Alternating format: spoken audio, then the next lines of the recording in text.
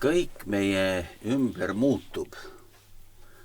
Ja kui me vaatame neid muutusi, mis meie ümber toimuvad, siis kahjuks võime ütelda seda, et muutused ei ole mitte positiivses suunas, vaid järjest ebanormaalsemaks läheb. Tere taas, Virge, siia stuudiosse. Tere.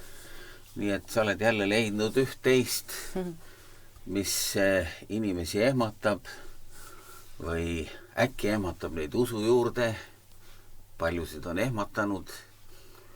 Loodame, et nad ka jäävad. Keegi ütles mulle, et mõned on isegi ära langenud tänu sellele saatele. Aga ma ei ole ühtegi veel näinud küll. Aga keegi väidab nii, aga noh. Ja, see on siuke huvitav tõestamatu väide. Jah. Nii, aga ma vaatasin, huvitav näiteks, keegi mulle rääkis, et näiteks Rootsis on praegu tahetakse põhiseadusesse panna abort, et see on inimese põhiseaduslik õigus, inimese tapmine. Ja nii edasi ja nii edasi. Muidugi kirikud on kõik langenud, üldiselt üldine suur koguduse langus käib. Ja vaata, see on väga kiiresti peale Covidit toimunud, et see on huvitav, et see, nagu me oleme ikka rääkinud, et see Covid oli siuke nagu, tundub väga märgiline sündmus, et ta oli nagu avapauk paljudeks asjadeks. Et siuke pauk, mis tegelikult käis üle maailma ja mitte keegi ei saa seda nagu ignoreerida. Keegi ei saa sellest nagu mööda minna. Et see tõmbas kõigi tähelepanu, kas siis negatiivsed või positiivsed, ja peale seda nagu on tekkinud nagu maailmas kaks leeri. Et on tekkinud selline, ütleme, kui ma nagu YouTube'i vaatan ja kui me enne juba vaatasime seda, siis oli see pidev nagu pigem meelelahutuslik, siis YouTube'ist on saanud tohutu poliitiline platvorm ja selline paljastuste platvorm, nii et ma arvan, kaua see ei kesta. Aga selline, ütleme, YouTube'i contendis on ikka tohutu muutus toimunud. Ja see on siis täitsa nagu ikka kahes leeris.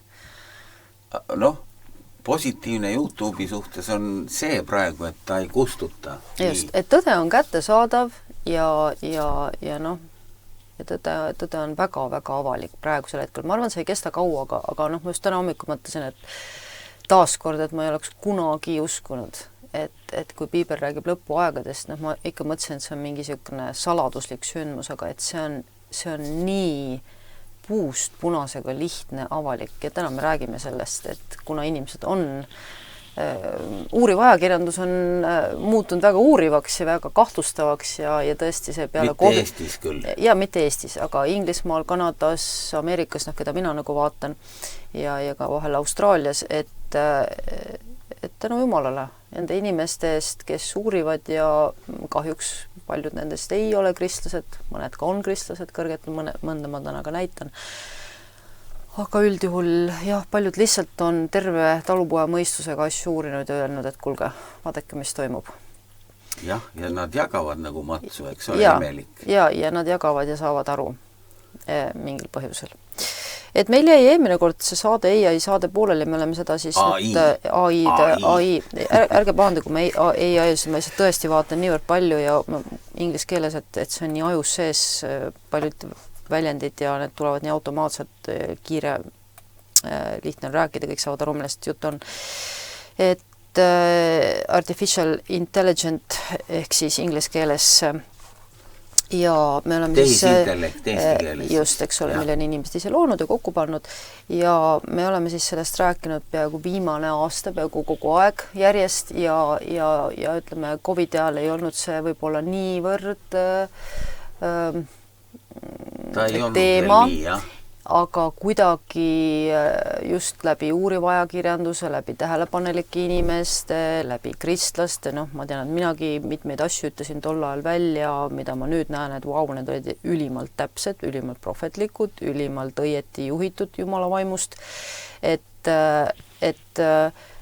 see asi on nagu, inimesed on jõudnud nagu juureni, et kus see kõik tegelikult algas, et tegelikult Covid oli ikkagi seotud ka selle AI arendusega ja selle tehisintellekti arendusega ja üks, ütleme siis selline katsetus ja nii nagu me siis ka rääkisime, mida osad teadlased siis ka täna väidavad, et võimalik, et süstiti inimestesse siis teatud aineid, alumiiniumi, grafeeni, mis reageerivad wifi lainetele, nii et on võimalik, et me peame küsima, et mis asi on biomeetriliste andmete kogumine. Ja seda räägitakse praegu veel. Ja et mis asi on biomeetriliste andmete kogumine, eks ole, me näitasime ka seda ühte geneetikut, ma kordan veel üle korraks, Iisraeli geneetikut, Marii mingi Carey või mis ta oli, ja siis ta rääkis, et on võimalik süstida inimestesse väikseid roboteid, mis siis sinu plattsüsteemis ehk siis vereringes liiguvad ja annavad infot siis arvutite kaudu, sul on IP-aadress ja sinu IP-aadressi on võimalik jälgida, nii et üks on see nüüd märk, mida me saame, ütleme, antikristust kummardades, ja teine on teadus ja suure tõenäosusega, ütleme ka see võib olla, mida mina olen ammu arvanud, aga nüüd ma kuulen podcasterid rääkivat ja paistab, et mul on jällegi õigus olnud, et see, mida meil siin piserdatakse, see on ju tulnud teise maailmasõja sõjatehnoloogiast ja oli seotud siis vaenlaste lennukite heidutamisega. Aga kui see on alumiinium, mida sealt alla lastakse, see meie kehasse läheb, pluss võib-olla veel mingid ained, grafeen või mis iganes, siis seda on tõesti võimalik wifi lainetega jälgida ja selle taga siis on kogu meie mobiilivõrgustik, meie internet, mille üle me kõik plaksutame ja me tegelikult ammu ei saa aru, et me tegelikult oleme läbi interneti võrgustiku loonud siis vanglaplaneedi, mida me oleme täiesti kontrollitavad ja kontrollitavad sellisel tasandil, mida me isegi ei ole aimanud, just nimelt see wifi lainete läbi ja ka läbi seinte vaatamine ja kõik muud tehnoloogiad, mida täna võimaldavad ja me peame küsima, mis asi on biomeetriline andme kogumine, eks ole, ja kuhu maani ulatub biomeetriliste andmete kogumine, aga et see just see ulatub sellistesse tasanditesse, kus nagu jah, me ei ole arvanud, et me arvame, et see on mingisugune minu tervisekaart, aga see ei ole minu tervisekaart. Coop Pank, seal on üks osa, et biomeetrika kaudu saad sisse logida. Ja, ühesõnaga seda me kindlasti kõik arendame, aga räägime sellest, kuhu see välja viib, et kui me eelmine kord rääkisime siis sellest, et see kõik algas, me rääkisime Mattias Dementist, kes siis on teinud uurimustöö sellele ja kes on siis totalitarismi kohta raamatu kirjutanud, võite leida need lingid vist eelmise saate alt, siis me rääkisime, tema tõi siis selle uurimise tulemuse väite, et 17. sajandil algas ratsionalism ja meil, pärast mul tuli kodus meelde, et mul jäi lahti seletamata, mis asi on ratsionalism, sest seda võib ka väga palju erineval moel tõlgendada ja sa võid selle kohta nagu erinevaid, ütleme, asju öelda, mis asi on ratsionalism, aga ratsionalism siis kõige tema põhiteadvuses on siis kõik see, mis inimesele head teeb.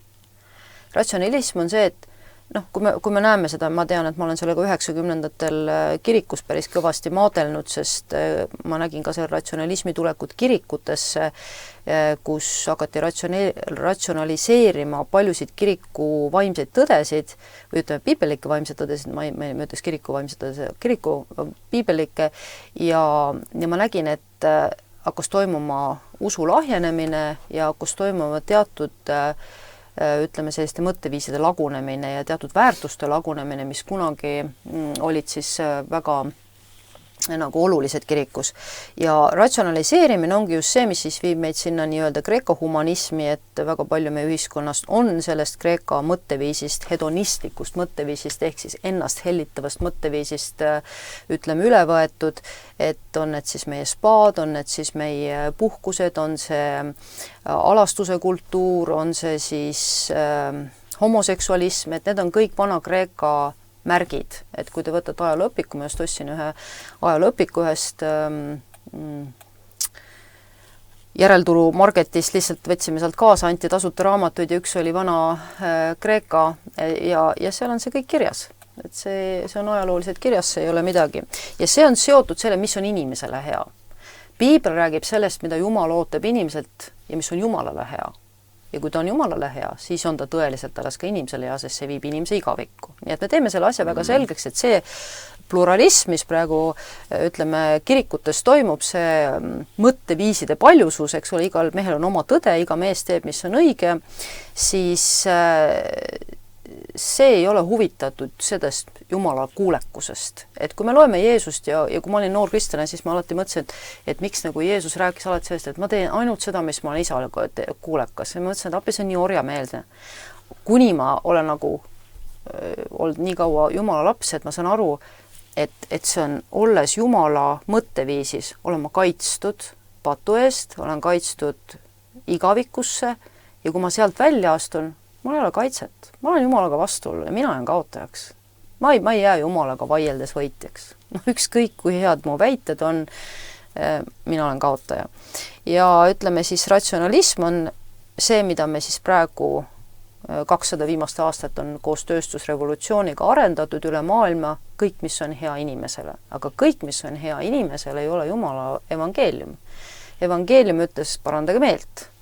Evangeelium ütleb, müü ära ja ka vaestele. Evangeelium ütleb, pööra teine põsk. Evangeelium ütleb, las surnud matavad oma surnuid. Evangeelium ütleb, jätta oma ema isa järgi mind. Evangeelium ütleb, loobu kõigest, mis sul on, jätta oma elugi. Evangeelium ära kogu varandust. Ära kanna 2 kuube, ära kanna kukrut oma vahel. On ju? Me täna naerame selle. Kirik on see, kes ütleb, sul peab olema paks rahakukkur, siis sa oled õige kristlane. Eks ole?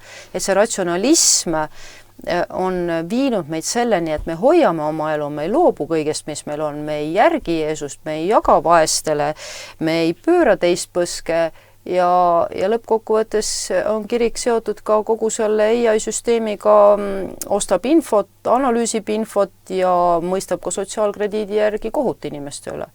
Ehk siis tegeleb prediktiva, ehk siis ette ennustava palantiirisüsteemiga ja mõistab sind kurjategijaks enne, kui sa isegi ühti kuritegu oled teinud.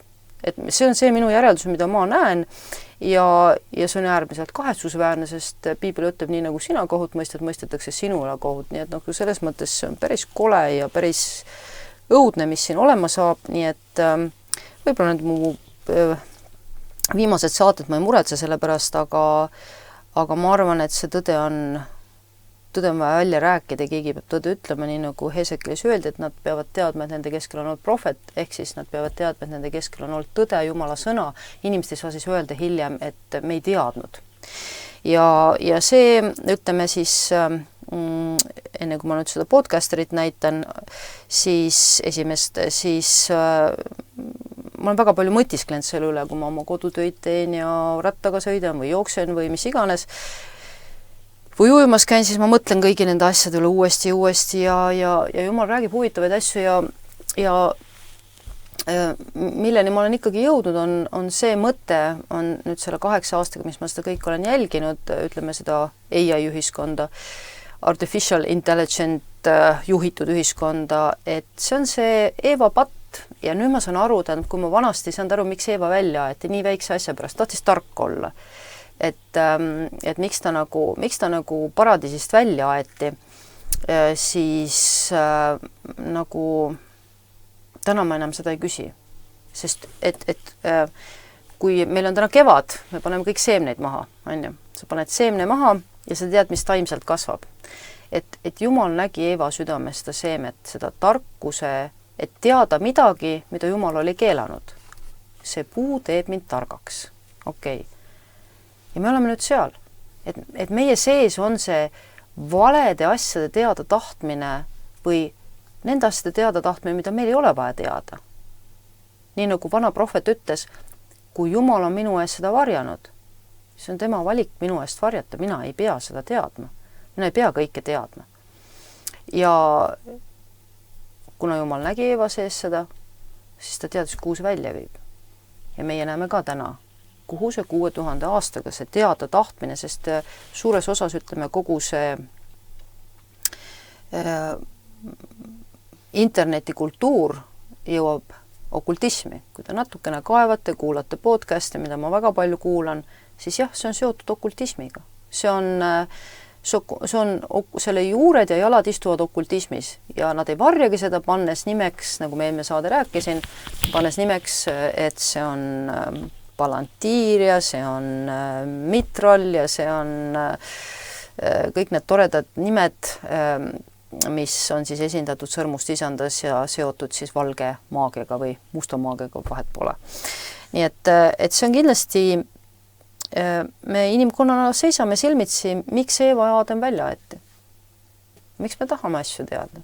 Miks meil ei piisa sellest, et me lihtsalt kõnnime koos Jumalaga? Miks meil on vaja midagi teada? Miks on vaja mingisugust andmekogumist inimeste telefonidest, arvutitest ja seda enamasti 100% salaja ja maksumaksja rahaga? Nii et kellel on seda vaja? Minul ei ole seda vaja. Minul aga kellestki ega millestki midagi teada. Me kaitseme teid. Ja, see jutt on kena siukene, ma räägin siuke Hans ja Grete multifilm, see muinasjutt, et anname kommi ja siis tegelikult paneme teid puuri ja söödame teid paksuks ja siis sööme teid ära. Et nagu ma eelmine saade ütlesin, et maailm siis ei õppinud tarkuse kaudu Jumalat tundma, ütleb siis 1. Korintuse 3. peatükk, meile vist 19 salm, ja Jumal ütleb, et aga mina taban tarku nende kavaluses. Ja siis mind hakkas see kummitama, et miks Jumal just niimoodi ütleb seal 3.19 1. Korintuse, et miks kavaluses, sest Piibel ütleb, et see inimese tarkus on seotud kavalusega. Ja see kavalus on siis selline nagu iga hinnaga oma tahte läbi surumine. Et see on see, mis me tarkusena näeme, eks ole. Iga hinnaga me surume läbi sõjad, iga hinnaga surume läbi kokaiinimüügi, iga hinnaga me surume läbi abordid, inimesse kaubanduse, no mida iganes, eks ole. Me näeme, eks ole, iga hinnaga ükskõik, mis meil selleks on vaja ohverdada, me ohverdame selleks, et oma tahe läbi suruda, on need siis mingid koledad sooseadused või mis iganes iga hinnaga. Et see on see inimeste tarkus, mis tegelikult ei ole mitte tarkus, vaid Piibel ütleb, Paulus ütleb, kes tahab olla tark selles maailmas, see saagu jõledaks. Ja jõledus on siis see, kui sa saad kristlaseks, kohtud Jumalaga, annad oma elu Jumalale ja võtad Jumala mõtteviisi omaks ja siis sa hakkad nägema, milline hullus on see, mis tegelikult siin ümberringi sünnib. Ma arvan, et see on tore jutt ja enamik inimesi saab sellest lihtsalt väga suurt rahalist kasu ja seetõttu suure tõenäosusega inimesed ka sellest ei loobu. Aga siis räägime, et kui nüüd mõni arvab, et mina olen siin mingi niisugune väike külatädi, kes siin midagi räägib, siis mul on hea meel leida ikka mõttekaaslase YouTube'ist ja leida maailma väga helgeid päid ja leida, et vau, me mõtleme täpselt ühtemoodi. Me mõtleme ühtemoodi ja see on nii tore, et YouTube'is on olemas sellised sõbrad, et vahel keegi küsib, et kas sul on sõpru? On küll. Mul on sõpru selles mõttes, et mis asi on sõber? Sõber on see, kes on sinuga ühel mõtteviisil. Sõber ei ole see, kes sind petab ja kavaldab ja sul naha selja taga üle kõrvade tõmbab. Sõber on see, kellega sa oled ühes mõtteviisis. Ja mul on sõpru palju YouTube'is ja ma tunnen rõõmu inimestest, kes armastavad tõde. Ja seda ütles ka Jeesus, kes on mu ema, isa, eks need, kes teevad isa tahet. Et mitte igaüks ei ole isa, ema ega vend, aga see, kes teeb isa tahet. Ja siin on üks selline naine, doktor Miriam Francois, ma ei oska hääldast, on Hispaania nimi, tema esivanemad on hispaanlased. Ja tema on siis Oxfordi professor. Ja tema on siis kirjutanud oma vist doktoritöö siis just nimelt AI kohta siis, ehk siis selle artificial intelligence'i uurinud. Ja tema on niisuguse kena, selge jutuga naine, soovitan kuulata, kes mind ei usu, kuulake teda. Ja selle ma siis leidsin peale viimast saadet, see tuli peale minu eelmist saadet just välja, nii et selles mõttes, et ma ei ole teda varem kopeerinud, kui keegi arvab seda. Et see tuli peale minu saadet välja, nii et ja siis ma teeks väikse kokkuvõtte, mis ta siin siis räägib, et ta siis alustabki oma juttu, et kui me jälgime praegust ühiskonda, siis sellist jälgimist ajaloos ei ole mujal olnud kui totaalses režiimis ja tema esitab siis selle saate küsimuse, kui palju sellist jälgimist liberaalne demokraatia talub. Et see on hea küsimus, eks ole, et kuhu me selle oma jälgimisega siis jõuame ja nende tohutute andmete kogumisega jõuame, et räägime sellest. Nii et ta on siis teinud siis doktoritöö ja ta on siis Oxfordi professor. Ja ma siis teen sellise lühikese kokkuvõtte ja näitan. See on mingi saade seal, see on nüüd podcast, jah, kes siis üle tunni aja kestab see. Ja ma siis näitan mõningaid tsitaate, mis ta siin ütleb, et te veenduksite, et kes tahab siis internetidel jälgida, et ta tõepoolest on neid asju öelnud.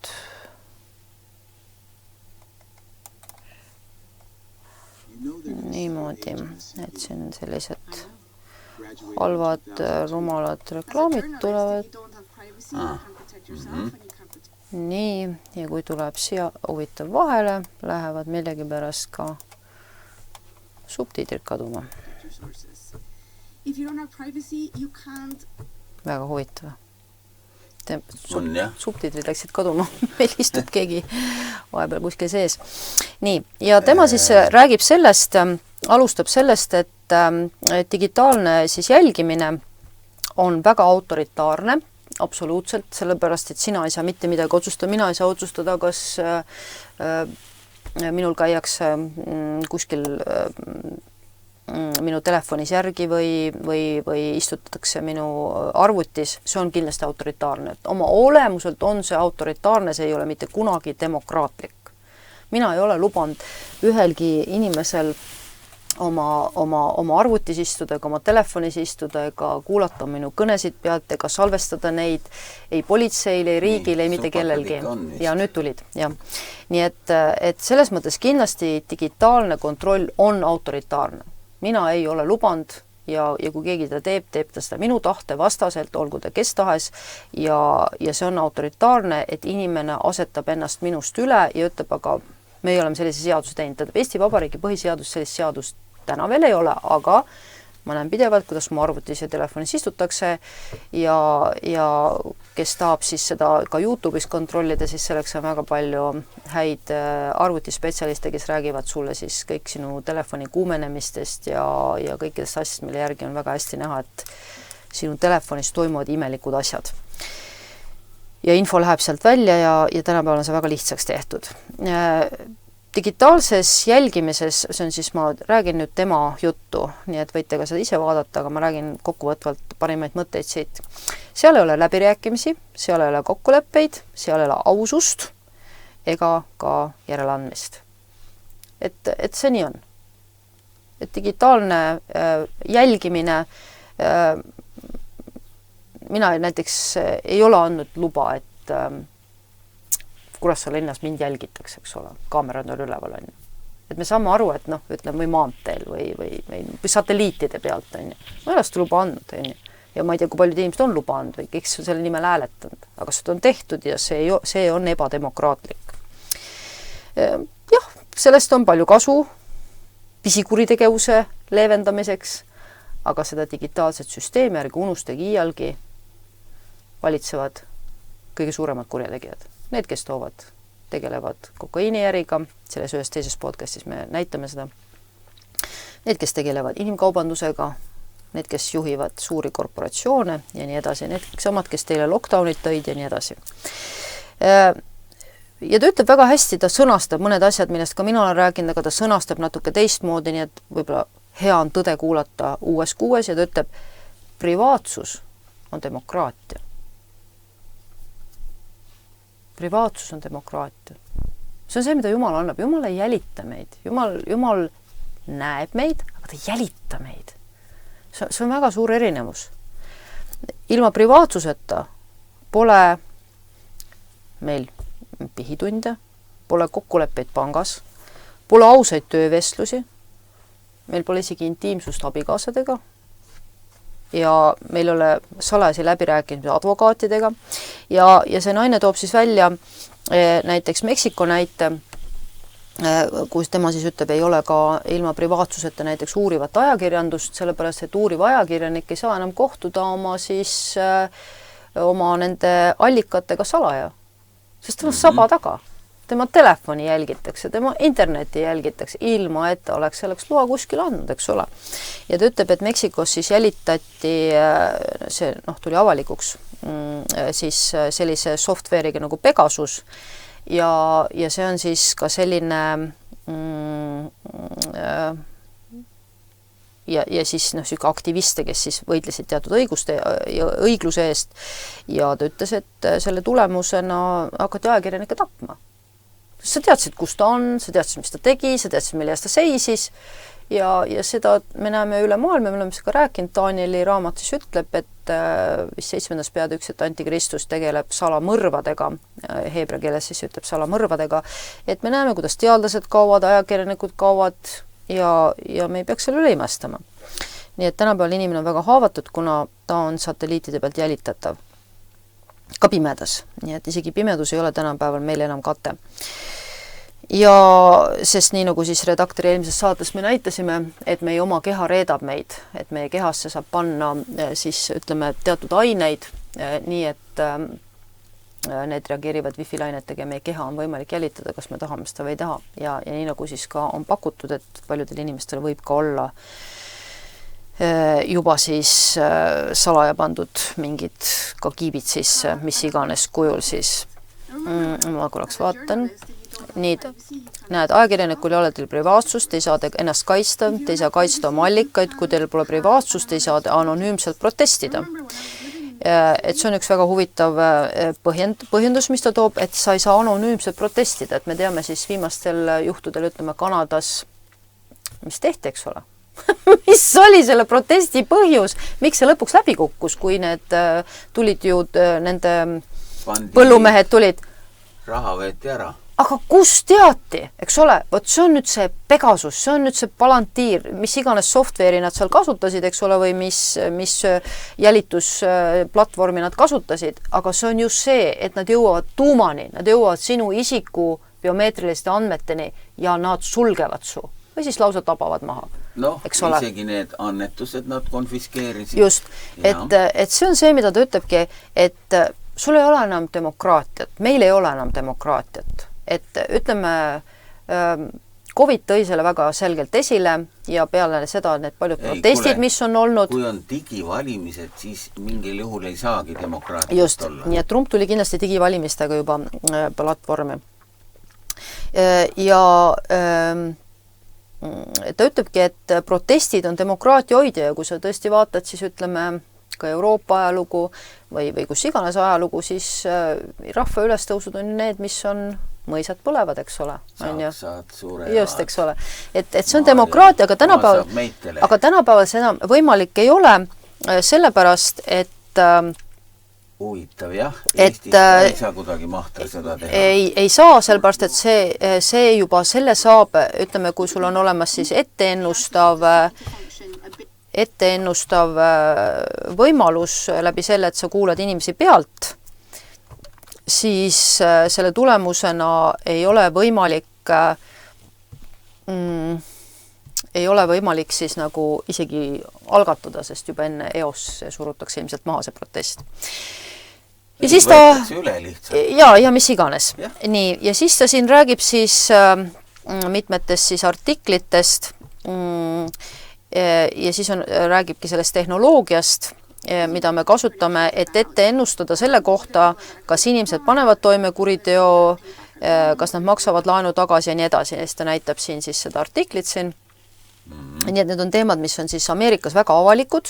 Eestis, ma ei tea, palju nendest räägitakse, väga vist ei ole lugenud või kuskil siis nukataga, aga seal nagu tõeliselt antakse tuld sellele asjale ja võideldakse selle vastu. Nii et on olemas siis et nad siis, ja ta ütlebki, et mis on selle ette ennustava siis selle ütleme, on ta siis Palantir või mis iganes nad siis kasutavad, millist parajasti, siis Oracle Delfit või mida iganes, et mis on selle puudus, on see, et kui nüüd siis andmebaas analüüsib seda inimest, näiteks mind, ja ütleb, ta on selliste omadustega, et ta kindlasti paneb toime abielurikkumise. Nii. Jah, ta analüüsib nüüd mind, vaatab minu minemikku, minu välimus, minu harjumusi ja ütleb, ta paneb toime tulevikus abielurikkumise. Olge temaga ettevaatlik. Siis nemad kasutavad, seda asja ei ole juhtunud, ma ei ole sellist asja teinud, aga internet ütleb. AI ütleb ja AI on ju profet ja AI ju teab. AI ei tea mitte midagi. AI on lihtsalt üks susserdus ja ma kohe räägin, mida see naine räägib selle kohta. Et seda kasutatakse kui sündinud fakti. Ja sellepärast ta nimeni ongi Oracle Delfi. Seda pole juhtunud. Seda ei ole juhtunud. Kuidas te saate öelda seda, kui seda ei ole juhtunud ja ilmselt ei juhtu ka mitte kunagi? Aga te väidate, et see juhtub, sest meie analüüsime sind, meie jälgime sind, nii nagu vahel mul on öeldud, et kuule, sa oled kena välimusega, et umbes nii, et sa oled nagu selline ohtlik element. Mul on seda elus mitmeid kordi öeldud. Ohtlik element kirikus või? No ja nagu inimsuhetes.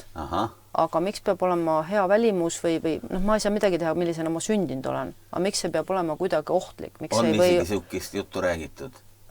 Mitte üks kord. Ma arvan, et 6-7 korda või mitte rohkem. Ja mul on öeldud otse, et sinu hea välimuse pärast me ei saa seda ja seda panna sind tegema. Aga mis süü see on?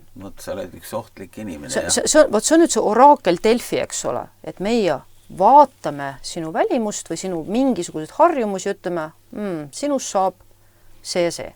Kuule, kas see oli vist Inglismaal vist ongi juba sihukene asi juba käimas? Sinna ma tahtsingi jõuda. Ja nüüd sellele AI tulemusena on siis hakatud analüüsima töölevõtmisi, töövõtjad näiteks analüüsivad, eks ole. Ja nüüd, me ei saa sind tööle võtta, et vaata AI ütleb sinu kohta, et see on nagu peale kaebamise süsteem, see on nagu, see võtab inimeselt ära selle, mida Jumal meile annab. Tähendab, Jumal teab ka, milleks me oleme võimelised. Kas Jumal ei teadnud, et kuningas Taavet rikub abielu või kas ta ei teadnud ühte või teist või kolmandat, eks ole, et Juudas reedab või midagi. Piibel ütleb, et Jeesus teadis, et Juudas reedab. Aga ta annab inimesele võimaluse. Vot see süsteem ei anna sulle võimalust. See on julm. Nii nagu me ütlesime, seal ei ole läbirääkimisi, see on autoritaarne, see ei ole järeleandmist, see on julm süüdi mõistmine. Sa oled. Ja punkt. Sest AI ütleb. AI andmebaas ütleb. Aga ma kohe jõuan sinna, et te teaksite, mind tahab see nii vihale ja see sotsiaalkrediidisüsteem, mida nad ehitavad, sest see on täielik valeprohvetlus ja ei ole piibellik, ei allu piibellikele alustele, ei ole tõene, on valelik, sest see on inimest loodud ja ma kohe seletan ka ära, miks ja see naine seletab selle väga ilusti ära ja minu meelest väga ilusti nagu tõestab seda. Ja siis ta ütles, et siis kasutatakse seda oraakel Delfit ja nad ütlevad, ja ta ütleb, et poliitikud kasutavad seda juba ette kui fakti, ütleme, ja meil tuleb sõda.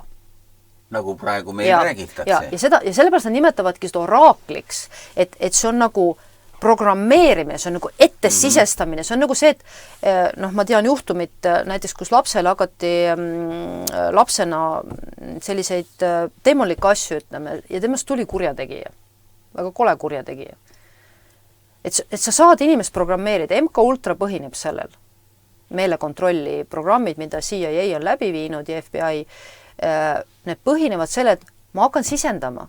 Et nagu ma eelmine saade tõin välja, et COVID ajal, eks ole. Iga hommiku, miks ma seda tean, mina ise jälgi uudiseid ja mulle sellised uudised lähevad lihtsalt naerma.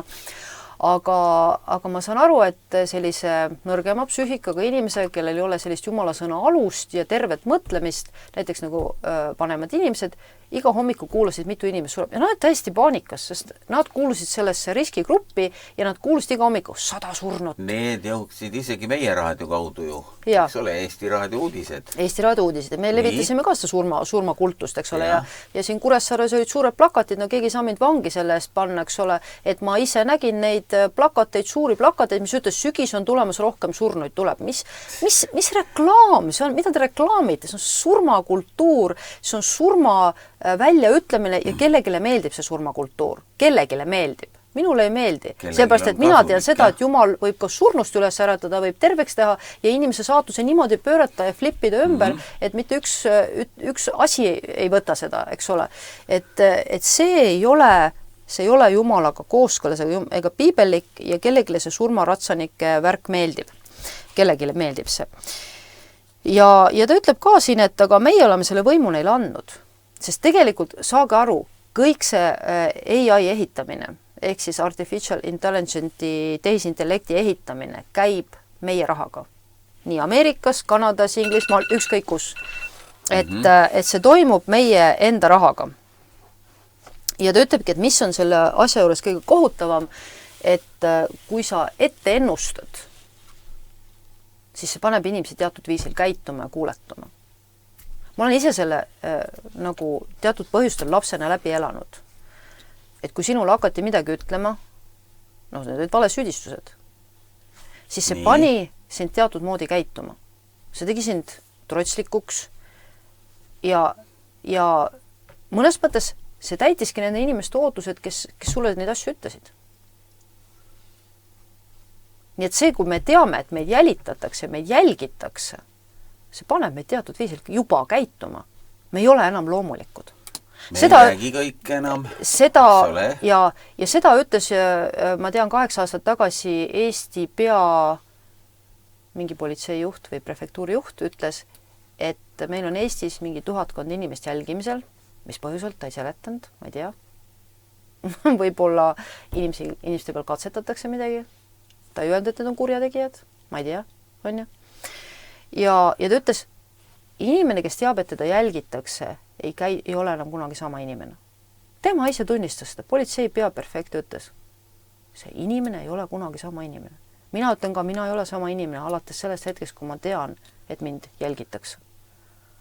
Ma ei ole loomulik, ma ei saa olla, sest sügaval meie sees on midagi väga intiimset, mida me ei saa kunagi päriselt avaldada ja mida me saame avaldada ainult. Ma isegi ei saa kodus enam rahulikult palvetada, sest ma tean, et minu kodu võidakse pealt kuulata, sest meil on tänapäeval igasugused masinad, mis kuulavad, connectivad. Sa saad keeltes palvetada. Ja, seda küll, aga ütleme, see ei ole ju loomulik. Me tahame ikkagi oma emakeelt kasutada. Me tahame oma emakeelt kasutada ka oma väljendamiseks, nii nagu piibel ütleb, eks ole, et mine oma tuppa, pane uks kinni ja palveta, eks ole. Ja me jõuame siin nüüd Mary Baxteri raamatu juurde, millest me COVID ajal väga palju rääkisime ja tollal tundus üsna nagu kummaline veel 8 aastat tagasi, kui Jumal ütles, et võta see raamat, et sa pole seda 20 aastat lugenud, loe uuesti läbi. Ja seal on see räägib lõpuajas, kus Big Brother süsteem kontrollib kogu maailma ja ütleb, et kõiki kodusid kuulatakse pealt, kõiki töökohti kuulatakse pealt. Ma mõtlesin, mis moodi see võimalik on, et nad võivad mingid mikreid kuskilt otsima, eks ole, aga tehnoloogia on nii palju edasi läinud, kindlasti mikrid võivad ka olla ja kindlasti on väga palju inimtööjõudu, kes sõna otseses mõttes siin pead kuulavad, sest ega AI ei kuule sind pealt. Igas kodus on ju mobiiltelefonid. Just mobiiltelefonid, aga tänapäeval on need ka väidetavalt ka juba külmkappides, kohvimasinates ja igal pool muudes esemetes, rääkimata Alexades ja muudest asjadest, et ühesõnaga nad on väga kindla süsteemi loonud, et ikka päris kindlasti kõik info, mis sinu kodus on, jõuaks kuskile välja, eks ole. On nad siis sinu pistikupesades või kus iganes, mis klõpsuvad seal kahtasel kombel ja nii edasi. Et see on väga haige süsteem, sest miks seda vaja on? Kellele seda vaja on? Miks? Ja see Mary Frances ütleb ka, et me kogume infot, aga me kogume infot palju rohkem sellest, mida me tegelikult vajaksime. Sa ei pea teadma, mitu korda päevas ma vetsus käin, kui palju on mul intiimvahekordi abikaasaga, kuidas ma lastega läbi saan, aga paratamatult see ju ka kostab sinna telefoni sisse. Ei ole nii, et AI teeb valiku, ma praegu panen kõrvad kinni, sest neil on praegu intiimne hetk, eks ole. See AI juht ma läheb meelest ära see Ameerikas, kes on Trumpi kõrgel kohal paremal käel praegu, ütles otse, kui te arvate, et me lülitame AI välja sel hetkel, kui te vannituppa lähed, siis unustage ära. See oli selle aasta jaanuaris tema kõne. Aga kellel on õigus istuda ja vaadata, kui mina alasti duši all olen? Tuleb välja, et kellelgi on õigus. Kus õigus võetud on? Või vaadata, kui ma käin, ma ei tea, kodus basseinis, õues. Aga ma olen kindel, et seda tehakse. Absoluutselt 100% kindel, sest mul ei jää ühtegi muud järeldust kõigele selle, mida ma järeldan ja näen, et seda tehakse. Kellel see õigus on antud, eks ole. Haige ühiskond ja milleks seda kõike vaja on? Ma ei tea. Seda ei ole vaja, aga inimesed teevad see. See on see Eeva patt teada seda, mida ma ei tohiks teada. Nii et meie täna ei ole siis meie kaitstud ei meie keha, ei meie meel, ei meie keel, miski pole kaitstud ja see tekitab tohutuid pahandusi, sest kui inimesed kuulevad ja saavad osta infot ja kuulevad näiteks, mida ma kodus kellegi kohta ütlen ja mul on vabadus seda öelda ja ma ei kavatse suud kinni hoida, sest see on minu kodu ja ma ütlen, mida ma tahan. Juba sellepärast, et lihtsalt tunda, et mul on õigus ja vabadus olla see, kes ma olen ja kui see kantakse selle inimesele ette ja see inimene hakkab minu peale viha pidama, siis vaata, kui palju lõhestamisi ja riide ja pahandusi me saame tekkida. Võib-olla ma järgmine minut mõtlen juba selle ümber ja ma kahetsen seda, mis ma ütlesin. Aga sõna on lendu läinud, see on juba kuskil artificial intelligence'i kaudu kuskil kellegi, see on haige ühiskonda lõhestav süsteem ja see on neetud süsteem ja see viib 7 viletsusaastani. See on fakt. Ja inimesed ise kannatavad selle ees, mida nad on loonud ja ma näen seda iga päev aina lähemale üha kiiremini toimuvat. Ja ta ütleb siis, et selline inimeste jälitamine paneb inimesi kuuletuma. Inimesed muutuvad araks. Covidi ajal me nägime seda protsessi. Me kõik muutusime natuke araks ja ma tean, et ma isegi ühel hetkel nagu, ma tahaks öelda inglise keeles struggle, aga võitlesin selle tundega, et kas minna sinna Selverisse või mitte, sest ma teadsin, et ma ei taha maski panna, aga ma teadsin, et mind jälgitakse ja ma teadsin, et seal võivad olla turvamehed, eks ole. Et tegelikult, kui sa tajud seda tohutut survet, siis ikkagi tegelikult pinged, väga suur pinge tekkis Covidi ajal, ütleme, ühiskonda. Ma mäletan, et minul isegi ei tekkinud seda. Minul küll korra tekkis ja mitte sellepärast, et ma kartsin, vaid ma arvan, et see oli see atmosfäär, milles me liikusime. Ja ma ka sellepäi mõistan inimesi paremini, kes seda... vist oli see natukene rahulikum minu arust. Seda küll, aga see andis mõista, mis üleüldiselt toimus. Jah. Ütleme, Prantsusmaal...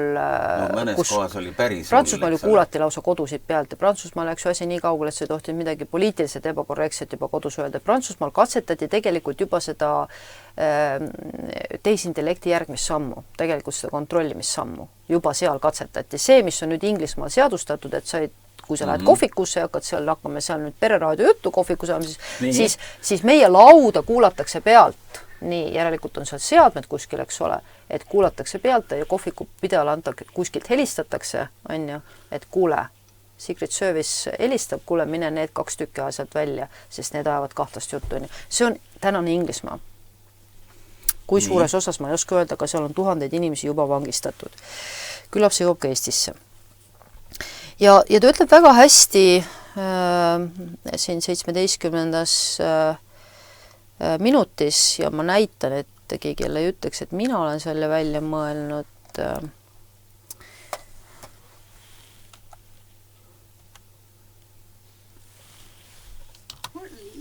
Et kõige olulisem on see, et keegi ei tea, mis tulevik toob, sest see on kirjutamata. Et tuleb meeles pidada, et ennustused ei ole kunagi faktid. Vot see on nüüd see, et kui Piibel räägib meile, et antikristus võetakse kinni koos valeprohvetitega. See valeprohvet on mul kogu aeg väga hägune olnud. Ma ei ole aru saanud, et mida Jumala sõna selle all mõtleb. Saage aru, ma võtan Jumala sõna väga, väga otse, väga tõeselt, sest mul ei ole põhjust kahelda. Kõik, mis Piiblis on tõestatavalt juhtunud, kõik sõjad, kõik karistused, mida Jumal on öelnud rahvaste kohta, igaüks võib näpuga järge ajada, ajalugu ajada järge ja panna kokku öelda kõik, mida on seal öeldud, kõik on olnud, kõik on tõene, kõik karistused on tõesed, kõik hävitused on tõesed, olgu see Sodom Gomorra, olgu see Nebukadnetsari riik, olgu see Rooma riik, olgu see Kreeka riik, olgu see mis tahes. See on juhtunud, see on sündinud nii, nagu Jumal ütles, ma karistan teid. Sama juhtub 7 viletsuses, et tuleb, kas teile see meeldib või ei meeldi. Ja Jumal on öelnud, et see tuleb selline kontrollisüsteem, kus sa pead mingit kuju kummardama. Ja see on see artificial intelligence, see tehisintellekt, keda sa pead kummardama ja kelle märgi sa pead endale otsa ette võtma ja selle ühises internetivõrgustikus olema. Ja kui sa seal ei ole, siis sind ei ole olemas. See kahjuks on nii ja paljudel inimestel on täna see märk juba otsa, sest nad mõtlevad juba nii, nagu 7. viletsuse aastas saab olema kohustuslik ja mis ma nagu tahaks öelda inimestele hoiatuseks, et saage aru, kui ma näen seda süsteemi Eestis toimivat ja mul on silmad kõrvad lahti ja ma saan aru, mis toimub, siis praegu on see kõik nali. Praegu te teete seda kõik naeru näoga. See on mäng, see on nagu tore, ajame Pokemone mööda metsa taga, eks ole. Oli selline mäng kunagi Eestis, inimesed said, ma ei tea, netiteel kuskil käia mööda linna ajada mingist asju taga, eks ole. See on tore, see on naljakas. Aga teate, kui see on kohustuslik, kui see on sundus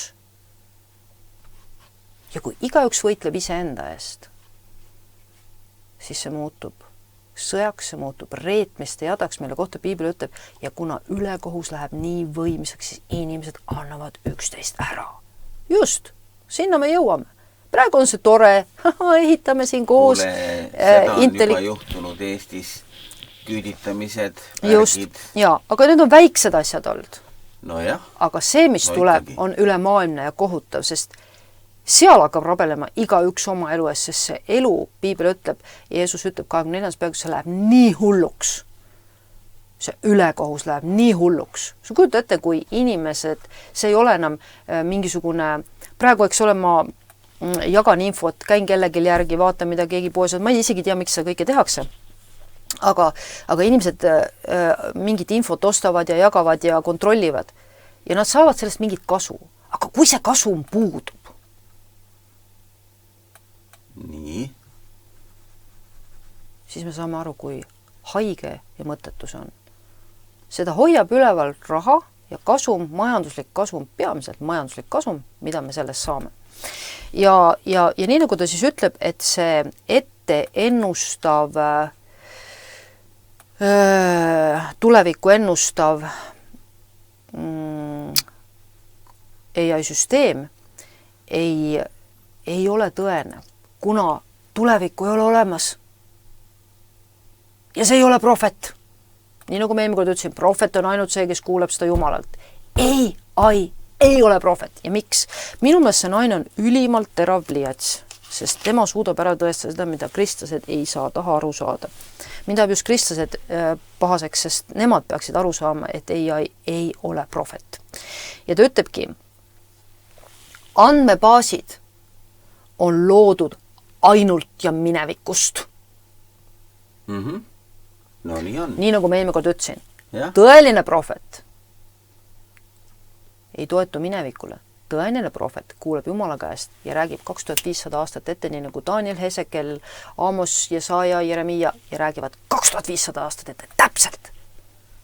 Perfektselt. Jeesuse surm, ristisurm, kõik see on Danieli raamatus kuupäevaliselt kirjutatud. Seda on piibli uurijad lahti võetud täpselt kuupäevaliselt. See on prohvetlus. Ma ei tea midagi ja ma räägin tõtt. Aga AI ennustab sinu käitumise ja mineviku põhjal, mis sinust saab. Ja jube huvitav oleks näha kõiki neid vale asju, mida ta juba ennustanud on, sest inimene on usule hoopis tulnud. Ei saanudki kurjategijaks, tuli usule hoopis. Ja kõik need toredad asjad, eks ole, ei läinud abikaasaga lahku, hoopis leppis ära. Või mida iganes, eks ole, on ju. Et me ennustame. Aga mille põhjal? Tähendab, kristlaste jaoks peaks olema see täiesti selline asi, millest see on viitsiboard, see on nõidus ja kristlane peaks sellest hoidma nii kaugele kui võimalik, sest see on ebajumala teenistus. Sest piibel ütleb meile 4. Moosese raamat, küll Iisraelile öeldakse Jumala poolt, mis ta peab tegema. Meil on Jumal, kes meile ütleb ja kui me kuulame kuskilt mujalt, siis me tegeleme nõidusega. Ja seda ta ütleb siis siin 18 just.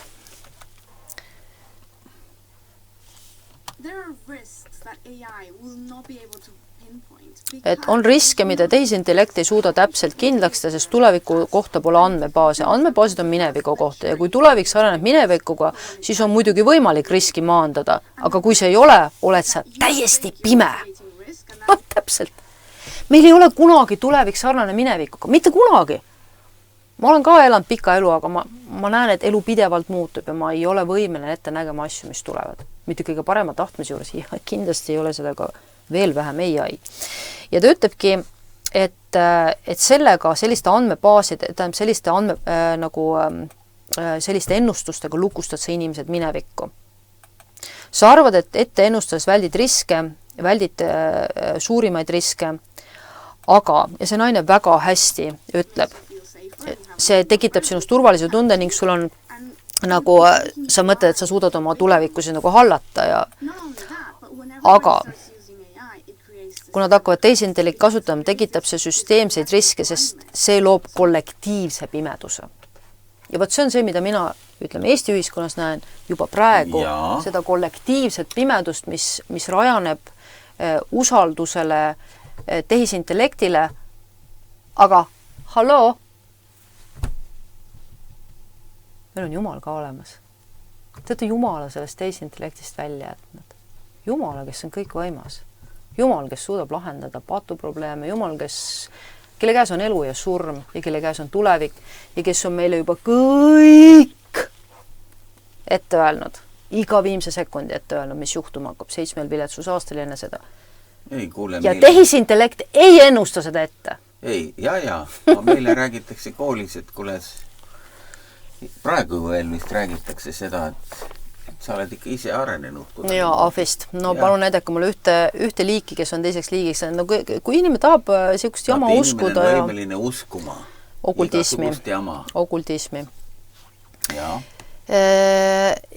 Jah.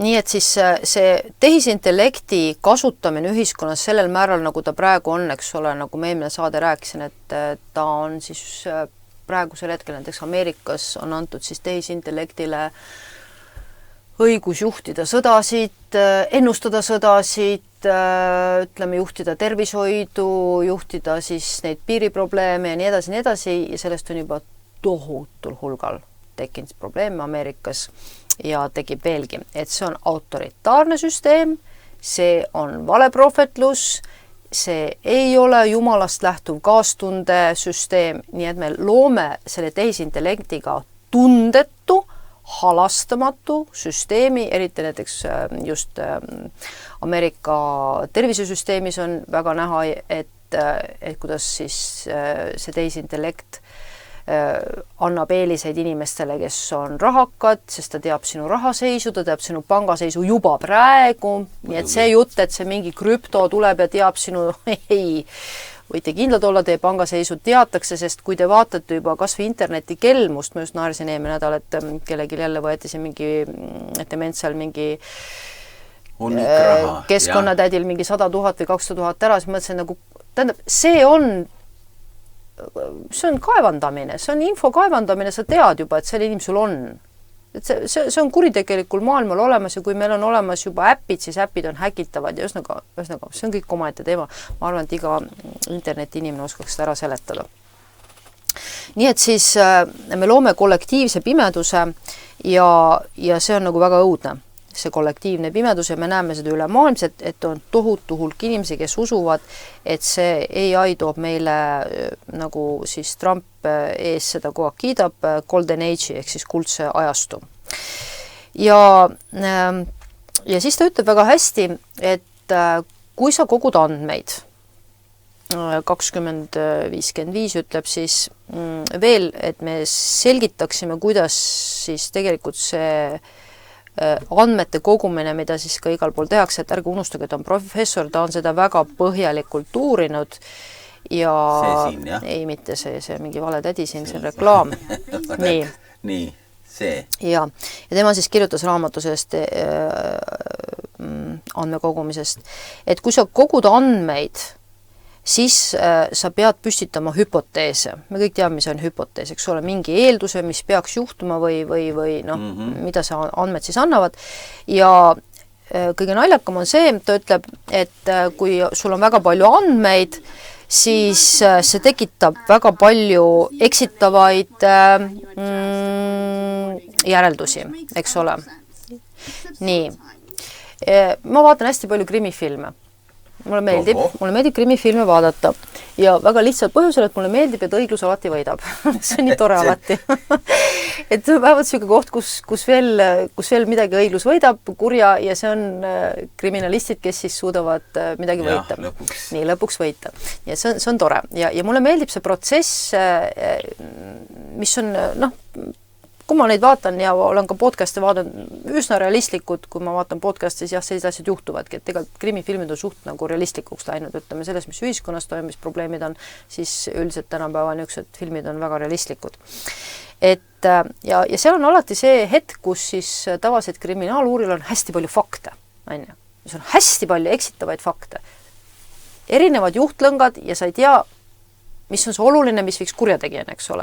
Ja siis hakkab see niisugune tühistamise protsess, et noh, see fakt ei vii kuhugi, see fakt ei vii, eks ole. Ja sama asja nüüd, kui AI kogub hästi palju andmeid, siis on hästi palju eksitavaid fakte. Aga kui ma teda kuulasin, seda naist, siis, ja seda, mida ta rääkis, siis jah, me oma elus oleme ka kogenud selliseid hetki, kus me peame tegema otsuse, eks ole. Tänapäeval inimesed lähevad juba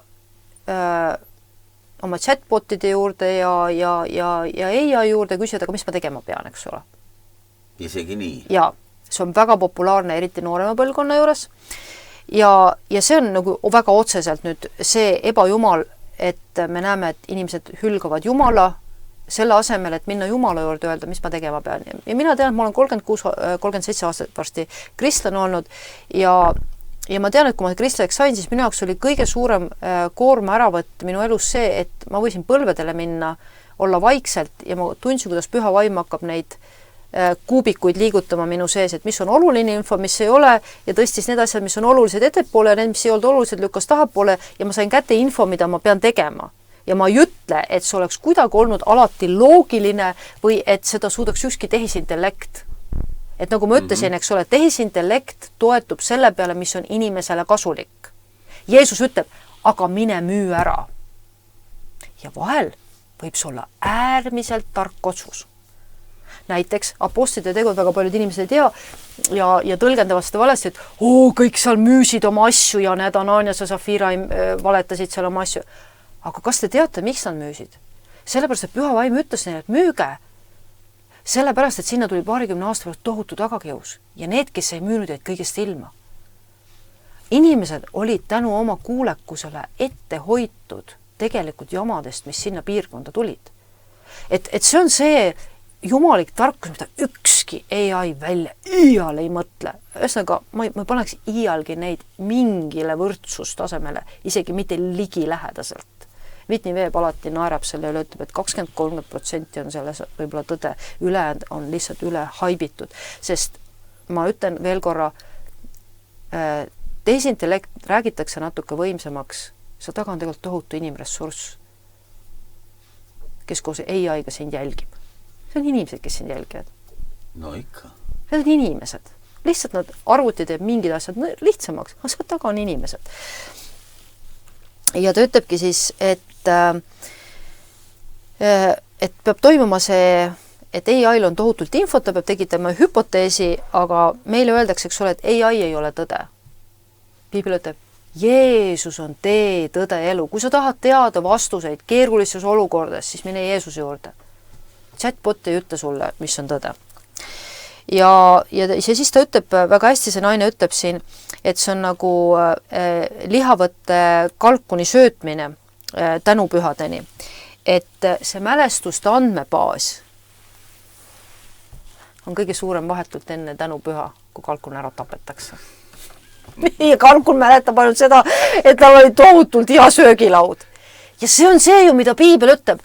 Kui nad ütlevad, nüüd on rahu ja julgeolek, tabab neid äkiline hukatus, et me vaatame seda peale teist maailmasõda aega, kuidas interneti ja tehnoloogia areng on meile tohutu heaolu üle maailma toonud. Meil on ainult see mineviku andmebaas. Ja me ei usu seda, et Piibel ütleb, et tuleb 7 õudsat aastat ja siis tuleb lõpp. Ei vist usu seda, sest seda pole olnud. Mälu andmebaasis seda ei ole kunagi juhtunud. Ei saa olla.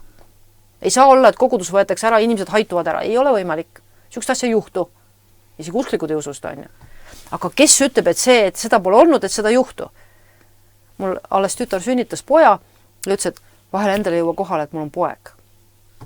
Eks ole, sest seda ei ole tema mälus ennem ja isegi kuigi see on reaalselt sündinud ja laps on, eks ole, seal 3 nädala, ta on ta ütleb, et ta siiamaani nagu, ta ei jõua vahel mõte, apikene, minu laps või. et meie aju võtab aega, et harjuda teatud asjad. Oi, ma olen abielus või ma sain ameti kõrgendust või ma ronisingi selle Mount Everesti tippu, ma pole kunagi roninud, uskumatu, et ma sellega sain, eks ole. Et meie aju vajab ka harjumist, eks ole.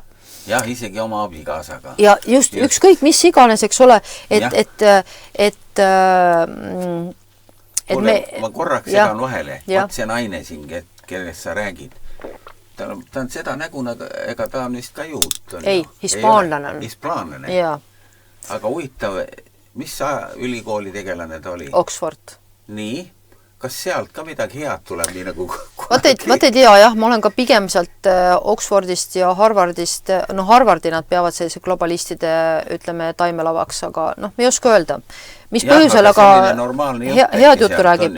Ja, et head järeldused on, nii et see on tal raamatus, et see, mida ta räägib, siin on kõik tal... Noor inimene paistab veel. Jah. Et no, ma täpselt vanust ei tea. Ja, okay. Ja siis ta ütlebki, et kui sa nagu andmeid kogud, mida siis ütleme siis meie riik, Eesti riik teeb ja kõik nii edasi, eks ole, ja ütleme maailmas iga riik teeb tohutult muudkui koguma andmeid ja siis neil on need, igal riigil on need AI, need andmebaasid, et kuidas selle riigi nagu tulevik võiks kujuneda, eks ole, ja siuksed asjad, need hüpoteesid nii-öelda. Siis ta ütlebki, et kui sa kogud andmeid, siis kõige huvitavam on see, et seal ei ole neid andmeid, mida sa tegelikult veel vajad. Seal ei ole veel neid andmeid, mida sa vajad. Võt see AI on nõrk, et kui ma olen kristlane, mul on juba andmed olemas, mida ma vajan.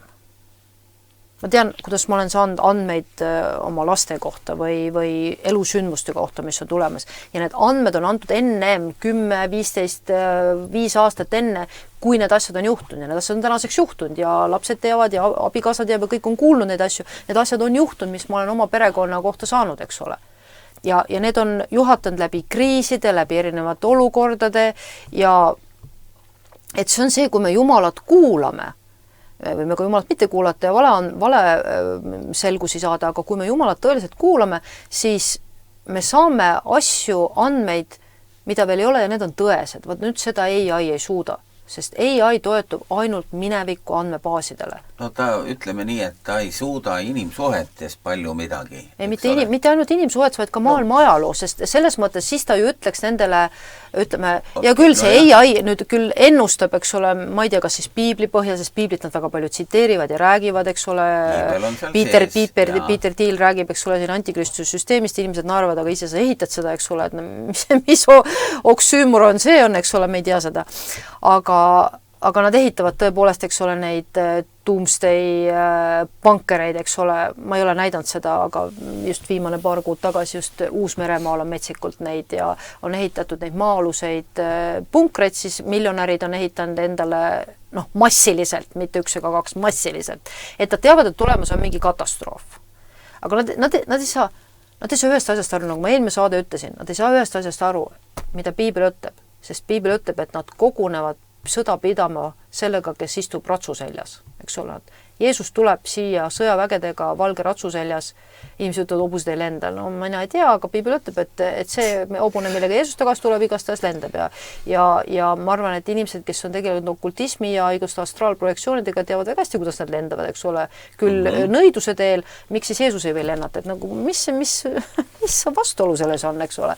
Ja piibel ütleb, et kogu see seltskond, need sõjaväed lähevad sõtta Jeesusega. Mis tähendab, et AI ei ole nii tark, et öelda, et kuule, et te olete kaotajad.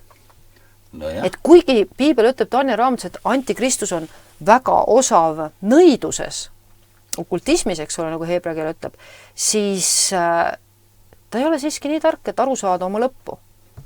Nii et selle mõttes piibel tõestab meile, et tehisintellekti lõpp on katastroof. Et kui Trump see aasta või eelmine aasta sügis, millal ta oli, ta ütles, et AI nüüd juhib kliimat. Ütles ta nii? Ja see oli see Euroopa kliimakonverents oli ja ma ise vaatasin seda kõnet, kui ta seal rääkis. Et AI nüüd, tema kirjutas selle alla nagu, siis minu meelest oli see Euroopa kliima, mitte Ameerika. Ma võin eksida, pärast jällegi karjub seal, et Virge eksis faktis, aga kontrollige ise üle. Siis vaadake, mida piibel räägib teile. Mida piibel räägib kliimast. Vaadake.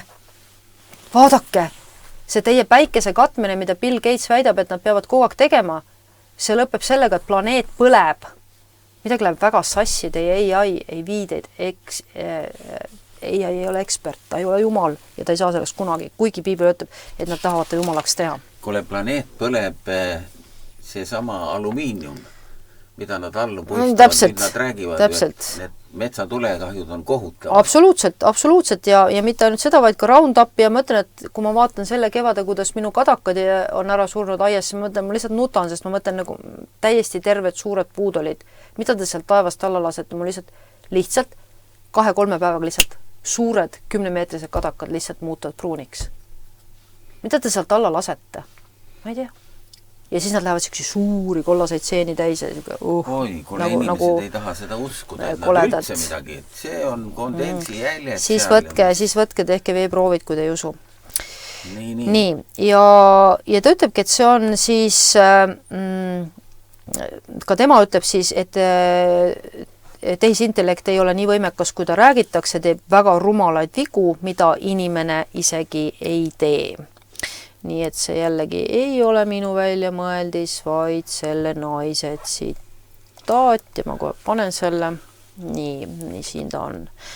Nii ta ütleb, et ta paneb teise intellekti tundma võimet, kas teise, see pole mõnikord, ma võtan tagasi korraks. See on suuresti tähelepanu hajutav tegur. Esiteks on osa turundusest, sest see paneb tehisintellekti tundma palju võimsamana, kui see tegelikult on. Kas olete tehisintellekti kaasas? See pole nii tark. Nii et te teate, jah, mõnikord on see muljelt avaldav, aga see ka uskumatuid rumalaid vigu, mida inimene kunagi ei teeks. See on muidugi iseenesest oht, sest kui te seda millegi väga olulise jaoks kasutate, siis see läheb valesti ja siis on see risk. Nii. Ja minnes tagasi nüüd selle riski juurde, et tehisintellekt aitab justkui meie eluvigu vältida ja riske vältida, see on absurd, sest ta ütleb, et risk kuulub meie elu juurde, et minu meelest väga elutark naine, sest ta ütlebki, ta toob näite meie abiellumisest näiteks või laste saamisest, ta ütleb, see kõik on risk. Kui sa abiellud, sa ei tea, mis inimene saab, sa ei saa inimest ette programmeerida täpselt olema selline, kui sina tahad. Ja see abielu peab olema täpselt selline. Ja see naine ütleb, et abiellumine on risk. Risk kuulub meie elu juurde, kui me sünnitame lapse, see on risk, sa võid ise surra, su laps võib surra, mul on olnud esimene sünnitus väga raske, mõlemat elu oli ohus, eks ole, et samamoodi, eks ole, elu on risk, me ei saa midagi teha sinna, see kuulub meie elu juurde ja kui see risk ei kuuluks elu juurde, mis elu see oleks siis, eks ole. Nii et ta ütleb, et see on müügitehnika väita, et see AI on tohutult tark, teab kõik nagu see Yuval Harari räägib, eks ole, ja kiitleb, et me häkime teie mõtetesse, siis nagu algus, kui ma seda mingi 5-6 aastat tagasi kuulasin, nagu tekkis natuke selline judin, et mis mõttes häkitama mõtetesse, eks ole. Et täna, kui ma tean, et nad vaatavad minu telefone ja arvutis, ma ütlen nagu, see on siis nagu häkkimine mõtetesse, nagu, et nagu te lihtsalt jälitate, et nagu sorry, eks ole, et ja näiteks ka see, mida nad räägivad, mis iga arvutisse, vähemalt minu Maci arvutisse tuleb ette, kui arvuti lahti läheb, eks ole, et on see robot inimene, eks ole, et see, kuidas nad ütlevad siis inimene, kes on siis nagu ühendatud tehnoloogiaga, eks ole, tehnokraatia, eks ole, tulebki sealt see nimetus. Et nojah, ma arvan, et kui inimene käib niimoodi telefon käes, et tal on GPS sees, et ta peab olema punktis A, punktis C, sest ta nagu on ühendatud mingi võrgustikuga, kes peab kogu aeg, ma ei tea, linnas jälgima, siis selleks ei ole vaja aiu implantaati panna. Sa lihtsalt oled inimesed juba kuuletuma pand läbi selle, et ma ei tea, sa tasustad neid või motiveerid neid või räägid, ma ei tea, mingit vale turvalisuse juttu, eks ole, et me peame ikka siiski selged olema, et seda AI-süsteemi juhivad kurjategijad. Nii et see on müügitehnika ja ta ütlebki, et me ei saa küsitleda ennustusi. Aga ennustused ei töötaks, kui me neisse ei usuks. Me ei saa küsitleda ennustusi. Me ei saa nagu, ma tean, sellest inimesest tuleb see, ma tean, ta teeb seda, ma ei saa teda enda juurde tööle võtta, sest ma tean, et ta hakkab siin riide tekitama. Sellised hullud ennustused inimeste kohta, mis inimestel võtavad ära võimaluse tööd teha, meeskondades töötada ja nii edasi. Ma ei tea, kas Eestis ka kasutavad juba seda? Mina arvan, kindlasti kasutatakse. Kui sa kandideerid näiteks kuskile ma arvan, et väga palju Eestis kasutatakse salaja ilma, et see oleks avalik. Aga võib-olla jah. Ma olen päris kindel. Ma arvan, et Eesti kuulub sellesse projekti, kui me lööme sisse näiteks 15 minuti no linnad, siis meil tuleb ilusti see projekt ette. 15 minuti linnade ees näed 2024. nii, 15 minuti linnad kui sotsiaalne ökoloogiline pööre, eks ole. kas see nüüd nagu ja Eestis on siin ka sa luba sealt seda ka? Eestist on antud ka näiteks sõbralik linnanum Tallinn 2035 arengustrateegia 15 minuti linn. Ja seal on kohe antud, millised linnad on sinna alla kuuluvad. Tallinn oli, Narva oli, nii. Väga ilus. Ja. Super. Ja ongi päriselt. Aga kui sa tead tagamaad, no jah. Kui sa tead tagamaad, mis seal taga tegelikult on. Ja sellest räägivad vangi panna. Sellest räägivad meil sellised inimesed siin nii, ma panen korraks seda, et ma võib-olla täna ei jõua sellest rääkida, aga võite vaadata siin. Praegu see sama pilt. Jah, pane ette. Nii. 3 teravamat mõistust finants, luure ja jälitusuuringute valdkonnast ühes esimeses ruumis. Nii, et siin on siis 3 inimest, kes tulevad. Katariina Austin-Fitt on siis töötanud siis Keskpangas Ameerikas, üks juhte. Ja Simon Dixon on siis üks, kes on siis seda krüptoraha mingi analüütiline mingi, kui te lööte sisse, siis te näete mingi väga kõva tegija ja siin on siis uuriv ajakirjanik ja siis nemad räägivad sellest 15 minuti linna väga kõrged inimesed, väga intelligentsed, kõrgetel kohtel töötavad. Austin Vits on ka öelnud otse, et tema oli see, keda ma tsiteerisin ükskord, ütlesin, et tema ütles, et teate, ma ei oska mitte midagi muud öelda selle krüptoraha kohta, kui et palvetage, sest see lihtsalt on nii hull, kuidas nad seda. Ja siin nad räägivad lahti selles saates kogu selle krüptoraha teema, kes on huvitatud, kes arvab, et ma ei jaga asja, olen rumal selles sõna võtma, siis siin on Simon Dixon, kes on selle ala absoluutne proff ja nad räägivad täpselt seda juttu, mida mina kogu aeg olen rääkinud, et see on, nad räägivad kogu selle digiraha ajaloo, kuidas see arendati, kuidas seal inimesed mõrvati vahelt, kes siis tahtsid, ütleme, valitsusele vastu seista ja tahtsid oma mingit rahasüsteemi luua, et see oleks läbipaistev ja kuidas neid mõrvati ja nad räägivad selle, kuidas see sammhaaval, kuidas see Epsteiniga oli seotud, kuidas Epstein sinna võrgustikku sisse ja kuidas nad varastasid selle, need rahaplatvormid, et oma asja seal ajada ja kuidas Peter Thiel sinna lisandus ja Trump ja kõik nii edasi ja nad räägivad selle teile kõik lahti. Kes on sellest huvitatud, palun vaadake, et see ei ole minu jutt, see ei ole see, mida me oleme raadios rääkides, et tõestab, et see on tõde ja nad ütlevad, et see krüptoraha on otseselt seotud 15 minuti linna planeeringutega, kus sina oled arvuti täiesti kontrollitav, tehisintellekti täielikult kontrollitav ja sinu üle siis see tähendab seda, et sul on antud oma piirkond, kus sa välja ei saa ja kui sa välja lähed, siis sealt väljast poest sa ei saa isegi osta midagi. Ja seda on Mary Baxteri ennustuses siis loetud, kus sõjaväed kontrollisid inimesi. See on 1644, ma kohe näitan teile seda kohta, kus nad siis, nii, meil tuleb vahepeal jälle keegi vahele siin näed. Nii. Nii. Ja siis ta räägib siin siis sellistest kohtadest, kus seda siis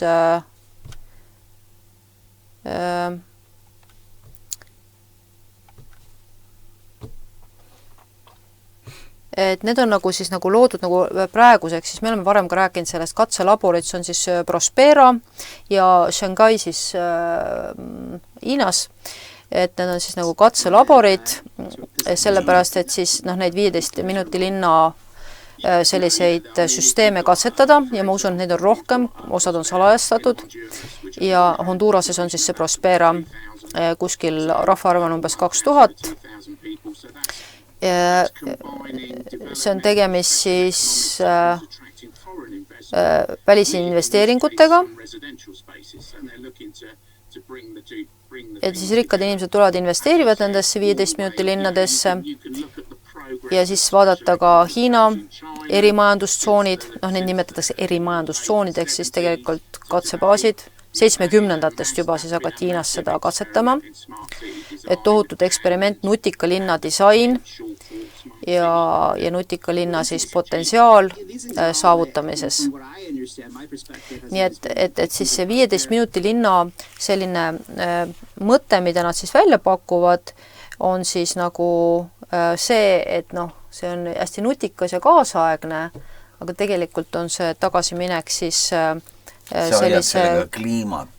Kontroll, tegelikult kliimat ju ei ole midagi, sest tegelikult nad ise ju ei hoia kliimat. Hiinad väidavad. Ma kohe räägin sellest ka, sellest kliima hoidmisest, mis tegelikult see AI on kõige suurem kliima hävitaja, aga ma korra näitan seda kohta, kus nad siis räägivad sellest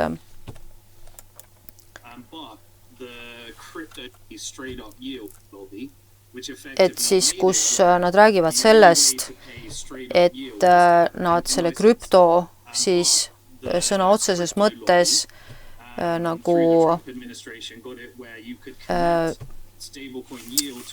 siin nad räägivadki, 28 enne seda on siis just selle lojaalsusprogrammiga 28 sekundis või minutis on siis see koht, kus nad räägivad pikemalt siis sellest ajaloost, kuidas see krüptorahani jõuti ja mis selle eesmärk on ja kuidas, kes seal osalesid ja ühesõnaga seda võite kuulata, see Simon Dixon räägib siin, aga kus ta siis seostab Trumpi otseselt siis sellega, et nad hakkasid siis väljastama neid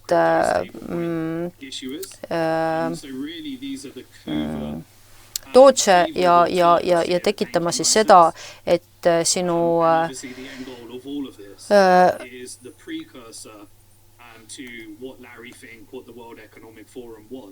just, et Larry Fink ja mida Maailma Ökonoom tahab, et see krüpto oleks seotud siis sinu lojaalsusaktiga. Et sa oled nagu lojaalne. Nii nagu Hiinas ja, on praegu. Just, et ta siin ilusti räägib sellest, et kui keegi arvab, et see krüptoraha on mingi tore lihtsalt digitaalne raha, siis see ei ole nii lapsikult lihtne, vaid see on orjasüsteem, orjastamissüsteem, mida valitsevad siis pankurid ja globalistid. Ja ta siin ka ütleb 3308, kes ta võib vaadata, et inimesed vahel räägivad, et oi, et vaata, kui tore mees on see Elon Musk ja Trump on toredad, inimesed ütleb, et kõik, mida ütleb Elon Musk on jama, kõik, mida ütleb Trump on jama, vaadake nende tegusid ja võt nõus, et inimesed vaatavad sõnu, aga vaadake nende tegelikke tegusid, millistele lepingutele nad alla kirjutavad, millest nad kasu saavad, kuidas nad on rikastunud, kes on nende kaastöölised, millised seotused, pedofiilia ja kuritegevusvõrgustikega ja nii edasi, siis sa saate aru, et ikkagi see, mida me kogu aeg räägime, mida Piibel meile räägib, tuleb 7 viletsusaastat, kus kogu maailm allutatakse teatud valitsejatele ja teatud valitsusele, kes kontrollivad interneti kaudu ja interneti raha kaudu siis kogu inimkonda. Nii et siis soovitan seda vaadata siis nüüd selle teise AI poole pealt, mis seondub siis rahaga, et seda ma täna nagu pikemalt sellest ei räägi, et ma lõpetan selle naise ära, siis ma korraks näitan seda siis, nii et me ei saa küsitleda ennustusi, aga siis AI peamõte on siis luua sellised pisikesed linnakud, kus siis kõik oleks sellise interneti ja wifi kontrolli all ja ta ütleb ka, et see ette ennustav AI on siis nagu see, kus võimul olevad inimesed saavad sinu tegusid tõlgendada. Sa ei saa enam toetuda omaenda sisetundele ja ratsionaalsusele, sa pead end selgitama, vabandama siis nende ees. Et see on see siis tegelikult, mis toob selline jälgimissüsteem kaasa, sest ütleme, inimmõte liigub nii sügavalt, ma olen väga palju inimmõtlemise üle aastaid mõelnud, et tegelikult ütleme, teadlased, ma olen siin vaadanud teadlaste podcast'e, nad ütlevad, isegi teadlased ei suuda ära seletada, mis asi on inimvaim, veel vähem suudab seda AI, sest AI saab seletada ainult seda, mis on temasse sisendatud ja kui teadlased ei oska öelda, mis asi on inimvaim ja kuidas see toimub, kuidas siis AI saab. Kas te olete rumalad peast, et inimkonnale annate mingisugusele sellisele õudusele nii palju krediiti ja usku, mis ei ole Jumal, mis ei ole meid loonud, AI ei ole mind loonud, mind lõi Jumal. Ma olen 3-mõõtmeline, ma olen võimeline tajuma inimmaailma, ma olen võimeline tajuma teemonlikku maailma, ma olen võimeline tajuma Jumala maailma, AI ei ole selleks võimeline. ma olen niivõrd palju kõrgem kui AI ja tehisintellekt. Isegi üksikisikuna ma olen palju kõrgem. Ta võib minust rohkem infot teada, kuid vaimse võimekuse poolest eristada asju ta ei suuda. Ta ei suuda seda. Amen. Ta ei suuda seda elu sees, aga see on see võimekus, mida inimesed annavad ja võimul oled inimesed saavad sind siis tõlgendada. Aga peamiselt, see on ikkagi jumalatu maailm. Just, ja peamiselt eesmärk on ikkagi see, et selliseid, nagu ta ütleb ka, eks ole, aktiviste ja õiguse ees seised ja asju lihtsalt inimesi juba ette lihtsalt ühiskonnast kõrvaldada ja maha nottida, on ju.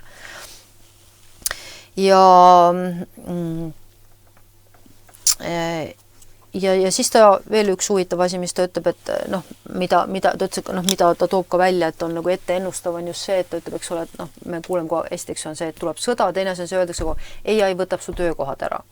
Ja siis üks huvitav mõte, mis ta nagu välja toob, kuna ma ise joonistan ja olen näinud ka, kuidas minu arvutist head ideed kuskile jalutavad ja kuskil välja hüppavad, siis ma mõtlen, wow, keegi on minu infot minu arvutist ilusti müünud, eks ole, et päris tore äri, eks ole, kellegi jaoks ja ilmselt neetud äri, sest noh, ma ei usu, et ükski vargussüsteem jääb tasumata, nii nagu ütleb Sakaaria raamat, et ma olen seda korduvalt lugenud ja rullraamat ja enne ma nägin lendavat rullraamatut selleks maja kohale, kes oli varastanud ja valetanud ja hävitas selle nagu lõpuni, eks ole, et inimesed ei ole seda lugenud. Lugege seda kirjakohta, see on väga julm kirjakoht, sest see räägib sellisest asjast, mis ei allu meile kohe absoluutselt, ei meie tahtele, ei meie pastorite ega kellele, vaid see allub täielikult nagu Jumalale endale ja ma olen seda korduvalt lugenud ja see on väga hirmutav. Ja ma tõstsin silmad ja üles ja vaatsin, ei näe, see oli lendav rullraamat. Ja ta küsis minu käest, mis sa näed, mina vastasin, ma näen lendavat rullraamatut, siis ta ütles, see on sajatus, mis käib üle kogu maa, see tähendab, see on ülemaailmne, sest ühelt poolt, kuidas võiksid kõik, kes on varastanud, jääda sellele vastavalt karistamata. Tähendab, Jumal ütleb meile kõikidele inimestele, kes me planeedil oleme elanud või elame või veel saame elama, kui sina varastad, sa ei jää karistamata. Kõik. Piibel ütleb seda meile. Ja teisalt poolt kõik, kes on valet vandunud, jääda sellele vastavalt karistamata. Sinu süü võetakse, sinu süü mõõdetakse täpselt sellele, mis sa oled teinud. Mina olen lasknud selle väljuda, ütleb vägede Jehova, see tungib varga kotta ja selle kotta, kes valet vannub minu nimel ja see jääb tema kotta ja hävitab selle nii hästi puud kui kivid. Hirmus ennustus. Aga see on tõde, sest Piibel ütleb, et see sünnib. Nii nagu Jesaja ütleb, ma pidin selle kirja kohe üles otsima, aga ma ei jõudnud, kus ta ütleb, et see on nende süü kogu maal. Et kas oli see samas Sakaarias äkki, et see on nende süü kogu maal, see võib olla äkki Sakaarias, kus ta sellest lendavat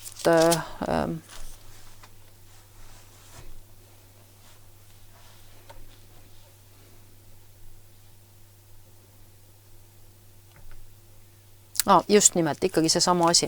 Ja ma olen seda kunagi päris alguses, kui me hakkasime neid saateid tegema maininud, siis ma päris täpselt ei mõistnud, mis on, sest ma nägin unes seda 10 aastat tagasi, 9 aastat tagasi ja siis ma nägin seda unes ja mõtlesin, et huvitav, et aga Piiblis ka midagi sellist räägitakse ja siis ma otsin selle kirja kohe üles ja see oli üks neist kirjakohtades, mida Jumal ilmutas ja nüüd ma olen päris kindel, et see on seotud internetiga ja selle internetisüsteemiga ja ta ütles, ja siis ingel, kes minuga rääkis astus ette, ütles mulle tõsta ometi oma silmad üles ja vaata, mis see on, mis väljub, aga mina küsin, mis see on ja tema, mis väljub on vakk ja ta ütles, see on nende süü kogu maal.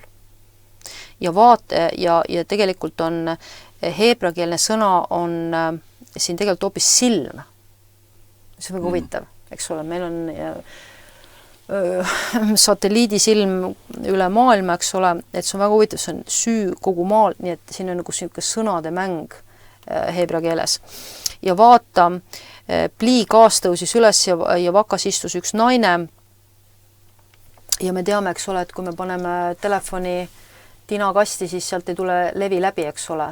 Ei tavaliste raudkasti võid ka panna. Ja, et väga huvitav on siin öeldud, et siis sellises internetikindlas või wifi-kindlas kastis istus üks naine ja tema ütleb, see on õelus. Et see on huvitav. see on ülimalt huvitav ja ta viskas selle vakka ning virutas tinakaane vakasuus peale ja ma tõstsin oma silmad üles ja vaata ja enne 2 naist tulid esile ja siis nad viivad Sinerimaale, et ehitada temale koda ja kui see on valmis, siis asetakse ta sinna temale parajasse paika ja Sinerimaa siis on siis Lähis-Idas asuv siis Iraani piirkond. Nii et ma usun, et Jumal on näinud seda internetisüsteemi sündimist juba ammu ja ta ütleb alguses saadik, see on õel. See on õel ja ta ütleb, see on nende süü kogu maal, et me näeme, et sellist võrgustikku, tehisintellekti võrgustikku ei annaks luua, kui ei oleks kaasinimesi, eks ole, ja siin need Austin ja see podcast, keda ma ennem näitasin, ütlevad samamoodi, et tehisintellekt nõuab väga palju inimesi, kes töötavad, ütleme selle tehisintellekti, see on tohutu, nii et tegelikult me ei saa keegi vabandada, vaid me ütleme, et me tegelikult ise oleme ehitanud selle. Et see on nüüd selle, et kui me vaatame ajalugu selliste tsüklitena, on see siis Prantsuse revolutsioon, kus usuti, ma ei tea, Robespierre uskusid, ma ei tea, kommunismi, eks ole, või me vaatame siis feodaalajastut või Egiptuse nõiduse ajastut, eks ole, või siis Nebukadnetsari võimu või Kreeka kultuuri või Rooma kultuuri või siis marksistliku, sotsialistliku Venemaad või me vaatame natsi, eks ole, siis nad kõik, neil oli mingisugune asi, millesse nad tohutult uskusid, rassipuhastusteooria või siis marksism või eks ole, et see on mingi teatud hullus, et täna on meil siis tehisintellekti hulluse periood. Et me usume millessegi... Igasuguseid hullusi veel. Jaa, aga ütleme, see on see kõige põhilisem praegu, millesse ehitatakse ja millesse inimesed tohutult panustavad ja usuvad ja see naine toob ka välja, et põhjus peamiselt, miks me selles usume, on meie ebakindluses. Et me tahame kindlust ja me usume, et see tehisintellekt loob meile kindlus, et okei, kui me rullime kogu aeg seal külavahe tänavatel ja me teame, kes seal liigub, eks ole, et siis meil on turvaline vaiksus. Ja ma olen teatud asjadega nõus, eks ole, et ja võibki turvalisust olla ja kahtlased inimesed ei saa, aga alati võib tulla keegi, kes maksab. Kes ütleb, et aga teate, mina võin siin teha, mis mina tahan, sest ma maksan teile. Et tegelikult nii kaua, kui inimsüda ei ole aus ja ei ole Jumalaga liidetud, ei ole tegelikult olemas turvalisus, sest alati on neid, kes reedavad. Süsteemis on alati neid, kes reedavad, absoluutselt alati. See lihtsalt on fakt, eks ole. Nad on valmis terveid riike reetma. Just, terveid riike reetma, eks ole. No, me näeme seda, võtta ükskõik mis ajalugu, eks ole, kuidas nii nagu me oleme seda kirja kohta Sakaaria raamatust lugenud, et ma 14 peatükk või 11 peatükk Sakaaria raamatus ja võtan ja annan iga rahva tema valitseja kätte, eks ole, ja me nägime COVID ajal, me lugesime seda kirja kohta, eks ole, et Jumal annab rahva nende valitsejate kätte ja inimesed mitte midagi ei saanud teha, eks ole. Riigi järel on ju, inimesed olid ahistatud, jäid töökohtadest ilma, pidid kodus istuma, pidid süstida laskma ja nii edasi, eks ole. Riigi valitsejad tegid, mis tahtsid, on ju. Et see on see, kui inimsüda ei ole muudetud ja kui me ütleme, et AI siis nagu ennustab asju, eks ole, siis üks asi, mida ta ennustab, et te jääte töökohtadest ilma, aga minu meelest oli nii huvitav, et ma hakkasin rääkima sellest, et ma ise ka joonistan ja näen, kuidas asjad lähevad kuskile jalutama ideed, et siis on nagu see, et ta ütleb väga huvitavalt, et kui sa vaatad, et milliseid töid AI võtab, et ta ei võta igavaid töid. Ta ei võta bürokraatiat, ta võtab kunsti, ta võtab muusika. Et tegelikult see on see, mida ma olen kogu aeg rääkinud.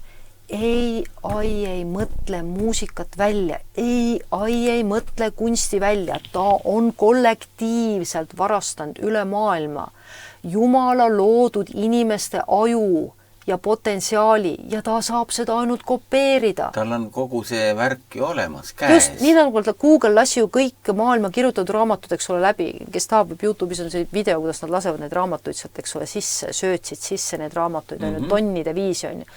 Ta ei mõtle midagi ise välja, ta ei ole iseseisev aju. Et see jutt, et AI saab singulaariti ja saab seal iseseisvaks ajuks, see on ka üks selline suur pahvitud asi, on ju.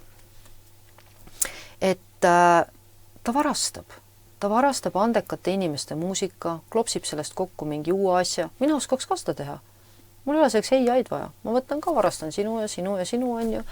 Või ta varastab kunstitööd, ta varastab kunstiideed, on ju. See ei ole kunst. Kunst on see, kui mina seda inimesena loon, mitte see, kui sina selle varastad. Üksteist mõjutame nii muusikas kui kunstis, nii või teisiti on sul mõjutusi. Mõjutusi võib olla, aga järgi tegemine on midagi muud. No, kui ma võtan ja kopeerin ikkagi maha täpselt sinu riietuse või täpselt sinu muusika, eks ole, või täpselt sinu kunstitöö või moe või mis iganes, siis see on ikkagi kopeerimine ja vargus. See on intellektuaalne vargus. No riietus on nii, et sa näiteks naistel on see eriti suur probleem, kui ta täpselt sama kleidiga teist naist tänaval näeb. Jaa, see on teine asi. Ma mõtlen siin konkreetselt teadlikku ja tahtlikku vargust. Ma ei räägi siin sellest, et keegi satub sama, et ütleme Kuressaares ka, eks ole, palju neid kleidipoode siin ikka on, eks ole, võib juhtuda, on ju.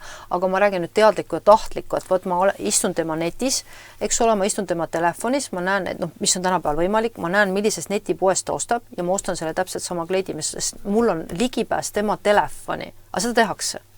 See on reaalsus. No nii. Teine asi, et kui sa nagu ise nagu toodad mingisugust, ütleme, ja toodad, riideid, just, täpselt, ja siis võtab keegi ja selle disain. Aga sa peaksid luba küsima, sa peaksid maksma minule kas või sellest, et ma olen idee andnud, eks ole, kas või väikse raha, aga ikkagi on ju. Nii. Ja selleks, et näidata, kui kohutavas seisus me selle asjaga oleme, vaatame ühte väga kainestavat videot, on siis Man in America ja see on siis hirmutav tõde siis nendest AI datatsentrites ehk siis nende andmekeskuste tsentritest, just nimelt. Nii et see on päris karm video ja on olemas siis selline paar kuud tagasi ilmus siis selline datatsentrite siis või siis nagu nende AI keskuste kaardid, nii et inimesed on võimelised näiteks lööd sisse ja see interneti pealt, satelliidi pealt siis näitab, kus need asuvad.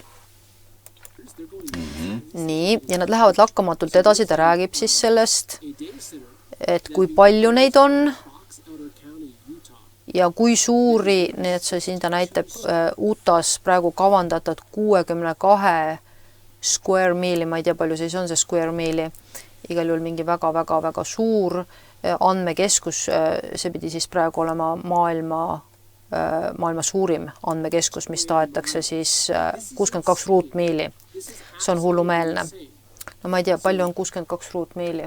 No sa mõtled korrutas 1,6-ga veel. Mis see teeb? Ma ei ole nii hea matemaatikas. No. Sa oled kiire matemaatik.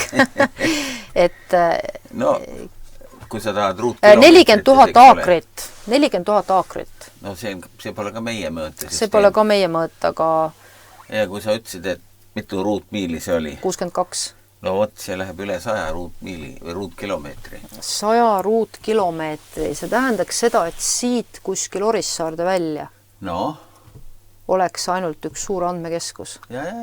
Hullumel. Aga vaata, mis elektrit ta võtab. Oot, sinna me jõuame. Sest üks nendest asjadest, mida nii-öelda AI meile koos Euroopa Liiduga, eks ole, siin aasta alguses kuulutas, oli see, või ütleme eelmine aasta juba, on energiakriisid, eks ole. Et see on jällegi, et kuulake, mida nad räägivad. Et see on tõepoolest Delfi oraakel, et nad tahavad teid panna teatud moel mõtlema või harjutada teid teatud moel mõtlema juba ette, sellepärast, et neil on teatud halvad asjad kavas tegelikult endal. Aga siis nad nagu... Nad on muidugi selle energiakriisi tegelikult ise tekitanud. No jaa, me jõuamegi sinna. Nii, et see on siis üks nendest suurimatest, mis siis praegu kavatsetakse ja me oleme rääkinud Utah'st kui ühest sellisest keskusest, kus on siis nii see magaliikumine alguse saanud ja paljud sellest FBI mehed on sealt pärit ja 40 000 aakrit ja 62 ruutmiilit. Nii, ja seda toetab siis Kanada miljonär Kevin O'Leary. Siis ma nagu kuulasin seda ja siis ma mõtlesin ka, et tänapäeval on nagu nii, et kuhu see süsteem ilmselt liigub. Et nende podcasti järgi ma teen nagu lihtsa järelduse või kokkuvõtte, eks ole.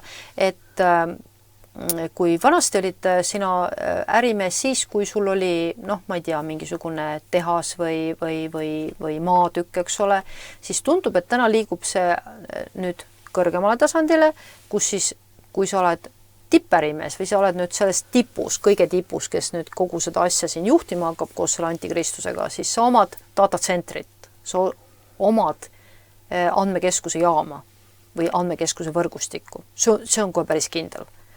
Ja nagu näha, sellise suure Utah'sse rajatatava andmekeskuse, mõtle, mis sa selle andmega teha saad. see on meeletud andmed inimeste kohta. Ja tema nimetab neid väga hästi, ta ütleb, et need on meie tänapäevased vanglad. Info on vangla, tähendab, kui sinu kohta infot müüakse, see on vangla.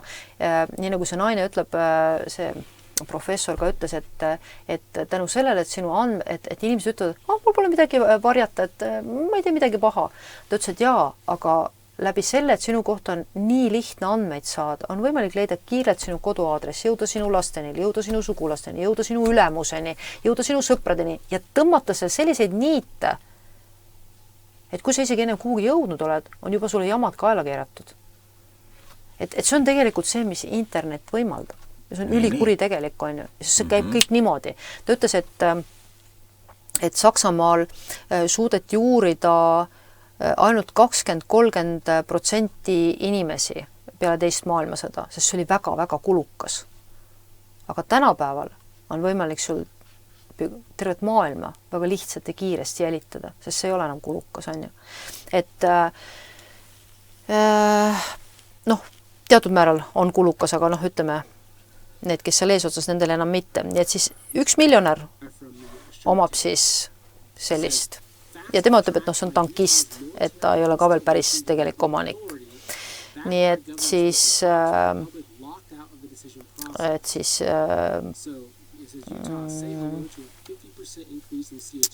see käis seal kohaliku valitsuse toetusel sellise ja ta siis kohe näitab seda ta on näha, kus ta seda kaarti näitab korraks uuesti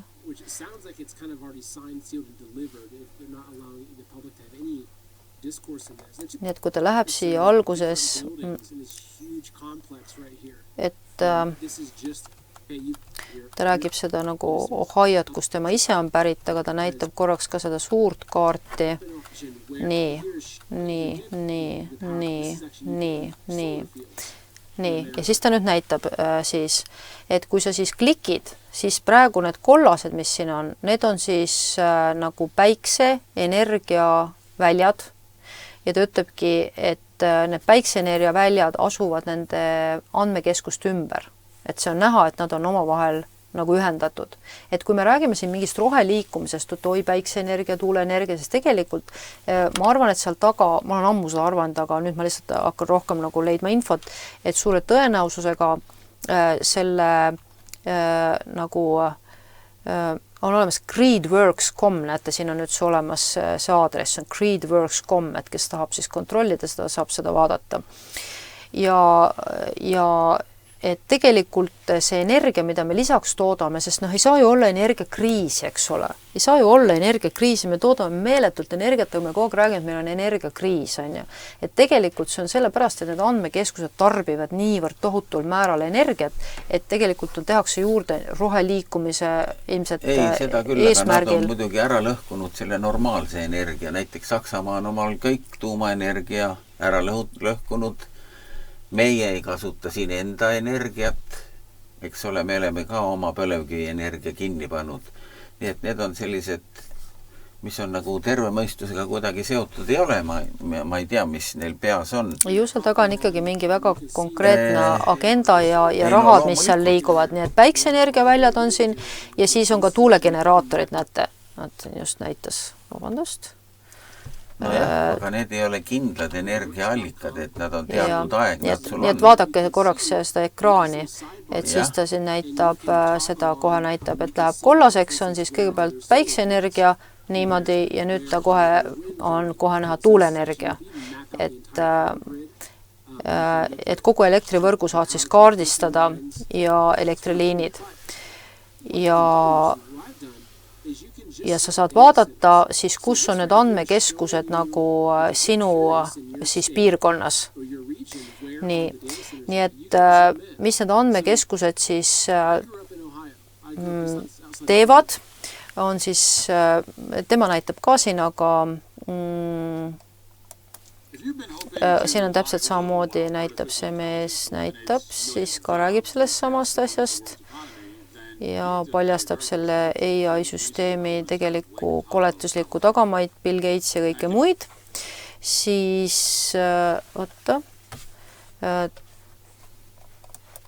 siis siin on nüüd, näitab siis redaktor, näitab seda, millist häält see teeb, kui see data center on su juures. Ja. Et nad teevad kohutavat müra, nii et ei ole kuulda linnulaulu, ei ole mitte midagi ja siis nad ütlevad, et noh, nemad läheksid ilmselt hulluks, kui niisugune asi kogu aeg müriseks sul. Ja siis teine asi, mis nad teevad, järgmine asi, mis nad näitavad, on siis, kohe jälle keegi vahepeal et räägib tädi, laseme ta mööda, on siis Georgia osariigis, kus siis tüdruk räägib, et seal taga on siis, nad tahavad laiendada siis seda andmekeskuse elektrivarustust ja siis nad võtavad maja omanikelt ära lihtsalt maad ja lapsepõlvekodu, niimoodi, et ta ei saa nagu siis midagi teha. Maja omanikel ei ole mitte valikut, nad nimetavad seda emitentseks domeeniks, millele siis Trump on siis alla kirjutanud ja Trump on just siis olnud selle seaduse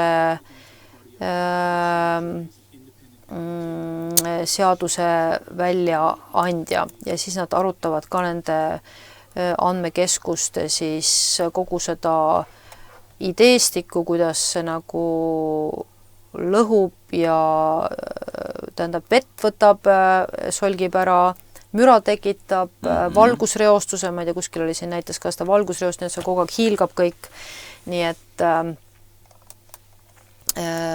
et siis, et kui me vaatame seda kaarti, mida see mees siin siis näitas, eks ole, et siis ausalt öelda tekib nagu küsimus, kui sa paned siia juurde veel ka tuuleenergiapargid ja päikseenergiapargid, noh kahjuks ma ei saa seda teha, aga kes sinna sisse läheb, saab teha, siis tekib küsimus, kus siis inimesed elavad ja kui sa veel lisad sinna juurde, mida Bill Gates on kokku ostnud ja kõik teised, need Larry Fink ja BlackRock ja kõik nad on maad kokku ostnud, siis tekib küsimus, palju ameeriklastel üldse seda vaba ruumi ja need ikka päris nagu kitsas tundub seal see asi, ikka päris kitsas tundub see asi, et vähemalt selle satelliidi põhjal, sest osa maad ei ole ju ka kindlasti nagu ütleme elamis ka kõlblik ju enam, et see on siis see reaalsus, kuhu me nagu, siin ta näitab seda valgusreostust, näed, et see on see, et ikka täitsa lumivalge on, see on siis Cromwellis Texases on see. Nii et me kindlasti näeme, et see on nüüd see Eeva tarkus, kuhu me nagu jõuame, et pluss veel kõik need materjalid, mida siis kaevandavad kuskil lapsed, hästi palju lapstööjõudu. See ei ole mitte ainult Ameerikas. Ei, see on üle maailma. Jõudnud meile kõigi nende tuuleparkide ja värkidega. Ja, just. Ja samamoodi võetakse inimestelt maad ära ja inimesed on vastu ja küsivad, et miks seda vaja on ja nii edasi. Et me oleme lugenud seda kirja kohta, see vist oli, kas oli Sakarias või oli see vist väikestes prohvetis, et ma tulen hävitama neid, kes hävitavad maad. Et tegelikult, kui me näeme, natukenegi kainelt vaatame, siis me näeme, et see tehisintellekti arendamine sellisel moel ei ole roheliikumine, mitte kuskilt otsast. Eks ole, et see roheliikumine on see vari, mille peale inimesed vaatavad ja vallad tegelevad mingi kompostihunniku kaantega, aga samal ajal see alumiinium, mis meil alla tuleb, mis mu kadakad ära sööb, eks ole, taimed hukkuvad. Ega me ei tea kõike, mis ained seal sees ja, on. Aga ma näen puude pealt, ütleme enda ümbruskonnas, et vahtratel tuleb koor maha, siis ma uurisin jälle mingi seenhaigus ja Dane Winnington ütlebki, et taimed hakkavad seenetama, kuna nende ainevahetus on häiritud, nad ei saa aineid kätte ja taimed hakkavad seenetama ja kui ma näen neid kukeseeni, mis kasvavad nende nagu kadakate peal on ja siis tekivad kasvajad, et see on naljakas, et kui me kuuleme, kuidas inimestel tekivad kasvajad, väikestel lastel tekivad kasvajad, ma vaatan oma aeda, et see on tavaliselt alati kevadeti hästi hull ja seal on sellised suured kasvajad tekivad nende seente kohale, eks ole. Ja see on nüüd, ütleme, viimase 10 aastaga hästi hulluks läinud. Just. Et seda nagu varem ei olnud aias, aga see on just kuskil 10 viimase. Ütleme just see ikkagi see. See intensiivne värk on meile jõudnud just. ka. Just. Ameerikas on ta olnud juba siin mitukümmend aastat tagasi juba oli sellised, isegi nad tegid filme sellest, kuidas põllumehed ütlesid, et nende maapind on muutunud selliseks, et krõbedaks. raske kasvatada. Ja, see maapind ei kasva, sest mulla ainevahetus on häiritud, sest alumiinium muudab mulla ja õhu hästi kuivaks. Ja sellest on Dane Winnington ka rääkinud oma saadetes, et ta rikub mulla ära. No siis mõned räägivad veel seda ka, et sa ei saagi normaalse seemnega midagi teha, et siis tuleb sul kuskilt, sa pead ostma mingit seemet, mis sellises maas kasvab. Just, et see jälle me jõuame sealt Bill Gatesini, eks ole, kes on suur seemnehaldaja Ameerikas, kes jällegi sellega omakorda siis raha teenib. Ja huvitav, et need mehed ei ole veel vangis. Ja siis tuleb veel 3. tasand, eks ole, et sa lähed sinna kuskil agripoodi ja pead siis ostma mingid seeneravimit oma puudele ja taimedele, et nad ma olen ise pritsinud oma kadakaid, tõesti aitas, aga seda ei ole niimoodi väga vabalt saada, lihtsalt sain proovida, aga väga hästi aitas. Mis tähendaks seda, et ma peaks kogu aia mingi 1,3 hektarit käime üle siis on. Et kõige hullem on see, et kui me rääkisime saareseene haiguses, siis nüüd on jõudnud see vahtrateni, et vahtratel paari kuuga nüüd, kui need kadakad läksid pruuniks, on vahtratel lihtsalt koor maha tulnud. Et see on toimunud nii kiiresti lihtsalt sel kevadel, et vaata, ja me oleme näinud ju seda, mis siin üleval toimub, eks ole, et risti-rästi mõned päevad on nagu ja seda vanasti ei olnud. Ja, ütleme, oli triibutamist, aga mitte nii intensiivselt nagu praegu. No nõukogude ajal polnud üldse seda. Nõukogude ajal oli, mina lapsena mäletan küll, jah, olid küll, olid, suitsujoad olid, sest nad on teinud seda peale teist maailmasõda. Ma olen seda ära tõestanud, jah, see on juba ammu, see on vana asi, aga ütleme, see intensiivsus on nüüd ikka kordades suuremaks läinud. Kummaline, et kogu maailm, et Venemaal see käib. Ja. No seda ma ei tea, mis selle Valgevenega on, et see on siukene Valgevene juht on siukene kangekaelne. Aga väidetavalt on see seotud ka wifi-lainete leviku ja kõige muu sellega, mis ilmselt aitab ka võib-olla, ütleme, sellel kogu internetiteenusel paremini toimida või selle jälitusteenusel paremini toimida, mis iganes siis. Et see on huvitav, millises maailmas me elame, et nii nagu Piibel ütleb, et ma tulen hävitama neid, kes hävitavad maad. Et maad hävitatakse, see on ikka päris selge. Ja nagu ma ütlesin, Piibel näitab, kuhu see siis lõpuks 7 viletsusaastal jõuab, et kõik põleb. Mõned kirikutegelased ütlevad, et mis hullu juttu te seal räägite. No need kirikutegelased ei ole Piiblit lugenud. Mina loen Piiblit ja minul ei ole teist aru saama. Kirikutegelastel praegu on see sugude värk on kuidagi tähtis. No jah, nemad istuvad seal kuskil oma mingi liivakastis seal ja mängivad oma liivakasti mänge, aga jah, et te peate aru saama inimesed, et Jumala sõna läheb täide ja see maa hävitatakse, sest seal taga on teatud inimeste tohutu võimuahnus, tohutu rahaahnus ja see naine, keda ma siin ennem ka näitasin, see doktor Oxfordist ütles ka huvitav naine on see. Ja ütles ka väga huvitavalt, et inimesed ütlevad, et mis see on, et nad vaatavad minu telefoni ja internetti, aga ta ütleski, et inimesed ei arvesta sellega, et kui sul on olemas inimesed, siis teatud inimesed kuritarvitavad võimu. Ja see on õige järeldus, sest Piibel ütleb meile seda. Me ei ela paradiisis, me elame ja küsimus ongi ju ka selles, et vahel ma mõtlen, kui kristlased sellele kaasa aitavad igasugustele interneti kontrollimistele asjadele, siis mina küsiksin nagu seda, et mida me siis nagu, ütleme, kui ma Ameerika omasid jälgin ja kõiki neid agendasid ja sooteemasid ja asju, et mis me siis kirikuna nagu tahtsime või mis on nagu piibellik soov. Et kas me tahame lihtsalt kõiki armastavat ühiskonda või me tahame lunastatud ühiskonda. Aga minule tundub, et inimesed tahaksid nii nagu, et saaks rahulikult elada.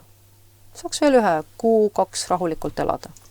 See on nii inimlik ju. Saame kõik hästi läbi. Loomulikult mina ka ei taha sõdasid ja jamasid ja asju, aga samas ma saan ka aru, et sellisel moel, jumalatul moel, jumalale vastu hakates ja inimesi mitte tõelisele uuesti sünnile ja pühavaimu järgmisele juhatades. Kui me juhata inimesi järgime Jeesust, vaid me juhatame inimesi järgime ei-aid, siis selle tulemus on katastroof. Me kanname vastutust selle eest, mida me teeme inimestega ja ja see, mida ma näen üle maailma, noh, ma väga palju vaatan just Ameerika podcasti või kristlaste podcasti ja no nemad tõstatavad sama teema üles, eks ole. Et kelle soosingut me siis otsime, kas me otsime nende inimeste soosingut, kes siis ütleksid, et noh, kõik on tore ja me mõistame teid või me otsime Jumala soosingut ja Jumala soosing võib olla ristilöömine. Piibel ütleb meile, et Jeesus ristil oli Jumala suurim soosing, eks ole. Või Peetrus ristil või Paulus, kes maha löödi või Jesaja, kes pooleks saeti, eks ole. Et see on ratsionaliseerimise vastane ja kõik, mida meie ütleme, et see on hea, on ju. Et ema võib olla oma lapse vastu ülihea, aga ta võib lapse niimoodi ära hellitada, sest temast tuleb üks psühhopaat ja nartsitsist, eks ole, kes ei üldse ei oska teiste inimestega arvestada, et see mõõde, mis on hea, see tegelikult tuleb meil koos käimisega, koos Jumalaga, nii nagu Piibel ütleb, eks ole, et koguduses peavad töötegijad vastama teatud standarditele, on ju, et meie ütleme, et noh, et tahame lihtsalt koos olla ja oleme koos ja noh, ärme mõtle nende vigadele ja probleemidele ja pattudele, mis nad teinud on ju. Või me mõistame piibellikku mõistet sellest, et kui inimese süda on puhas, siis Jumal töötab seal teisel moel, kui see süda, mis on juba kahjustatud. Tähendab, lunastus kindlasti ja andestus toimib, aga me peame ka sellest aru saama, et kui inimene on puhta südam, Piibel ütleb, ainult puhtad südamed näevad Jumalat, mis tähendab ka tegelikult kreeka keeles kahjustamata ja patust kahjustamata südant, eks ole. Aga kui inimene on juba nagu patust kahjustatud, ta on juba siis ta on teatud asjad enda jaoks ära rikkunud. Et paratamatult, kui inimene on elanud läbi teatud, ma ei tea, abielurikkumised või mingisugused seksuaalskandaalid, noh nagu Ameerika podcastid seal Wake Up Win ja Julia Royce ja need välja toovad seal pastorite suhtes ja siis võetakse nad ja need pastorid, kellel on 17 kohtuasju juba naistega ja võetakse, pannakse tagasi pastoriks, eks ole. Et see on tõesti nagu mõeldamatu ja absurdne, sest see inimene on juba nii korrupeerunud ja mädanenud, et tema südames ei saa kunagi olla sellist õiget nagu arusaamist Jumalast. Et see on sama hea, kui ma ikkagi olen kunagi oma käeluu katki kukkunud, eks ole, siis see käsi ei tööta enam päris sama funktsiooniga või mul on olnud maksakahjustus, ma ei saa enam verd anda näiteks, eks ole. Aga me ütleme kristlasena, et okei, kui see inimene on selliseid patte teinud, raskeid patte teinud, paneme ta inimesi juhtima. Tähendab, see Piibel on selles suhtes väga selge, et inimesi saab juhtida ikkagi ühes abielus olnud oma majapidamist hästi hooldava inimesega. Et see on nagu niivõrd selge Piiblis. See standard on seal kirjas, jah? Just. Et mina saan aru, et see on sellepärast, et mitte selleks ma tahaks kriitikat teha, vaid ma saan aru, et see kaitseb jumalikke standardeid, sest paratamatult, kui sa oled ise enda jaoks teinud juba kergemat teed, sa teed ka oma järglastele kergema tee. Jah, me ei ütle seda, et inimene ei saa päästetud, eks ole. Ja, ta saab koguduses käia, aga ta ei saa olla teatud positsioonidel. Ja, ta ei saa olla juhtiv koguduse liider, sellepärast, et sinu standardid on muutunud, siin ei ole midagi teha. Nii on. Jah, vot, meil hakkab siin aeg nüüd otsa saama jälle. Just.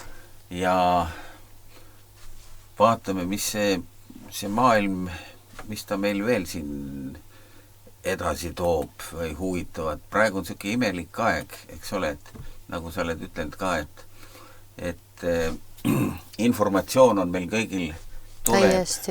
Kui sa tahad näha, siis sa näed, mis kõik on paljastatud praegu. On, jah, ja paljastus käib täie hooga edasi. Täie hooga kirikutes, poliitikas,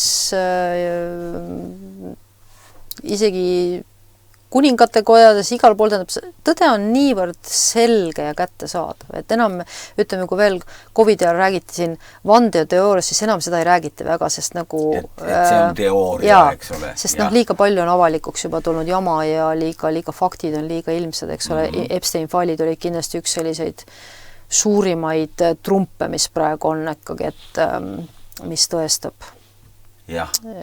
asju. Nii, et vaatame siis, mis edasi saab.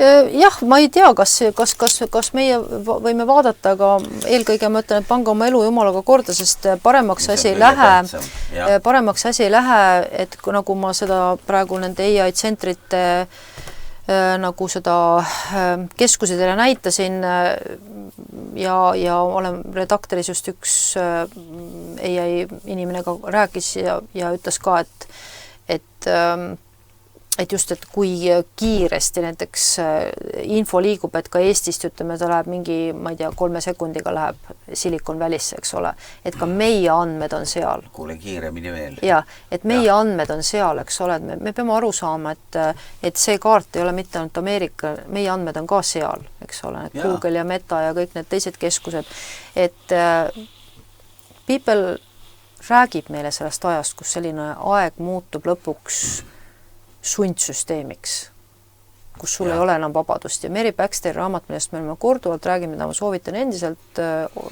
kui keegi tahab, võib veel Blanche'i käest seda interneti kaudu saada, räägib meile sellest, et see aeg tuleb. Jeesus ilmutas talle 76. aastal, kus sihukest asja ei olnud avalik. Ja ta rääkis talle, kuidas... Jah, aga seda räägivad, nagu sa ütled, tavalised inimesed juba. Nüüd juba, jah, kes näevad, ütlevad seda. Kes ei ole kirikuga seotud. Just, et nüüd on see avalik, aga 76. aastal oli see Jumala rahvale ilmutatud. Nii, selge. Aitäh praegu, Virge, ja mine tea, kohtumiseni, head inimesed.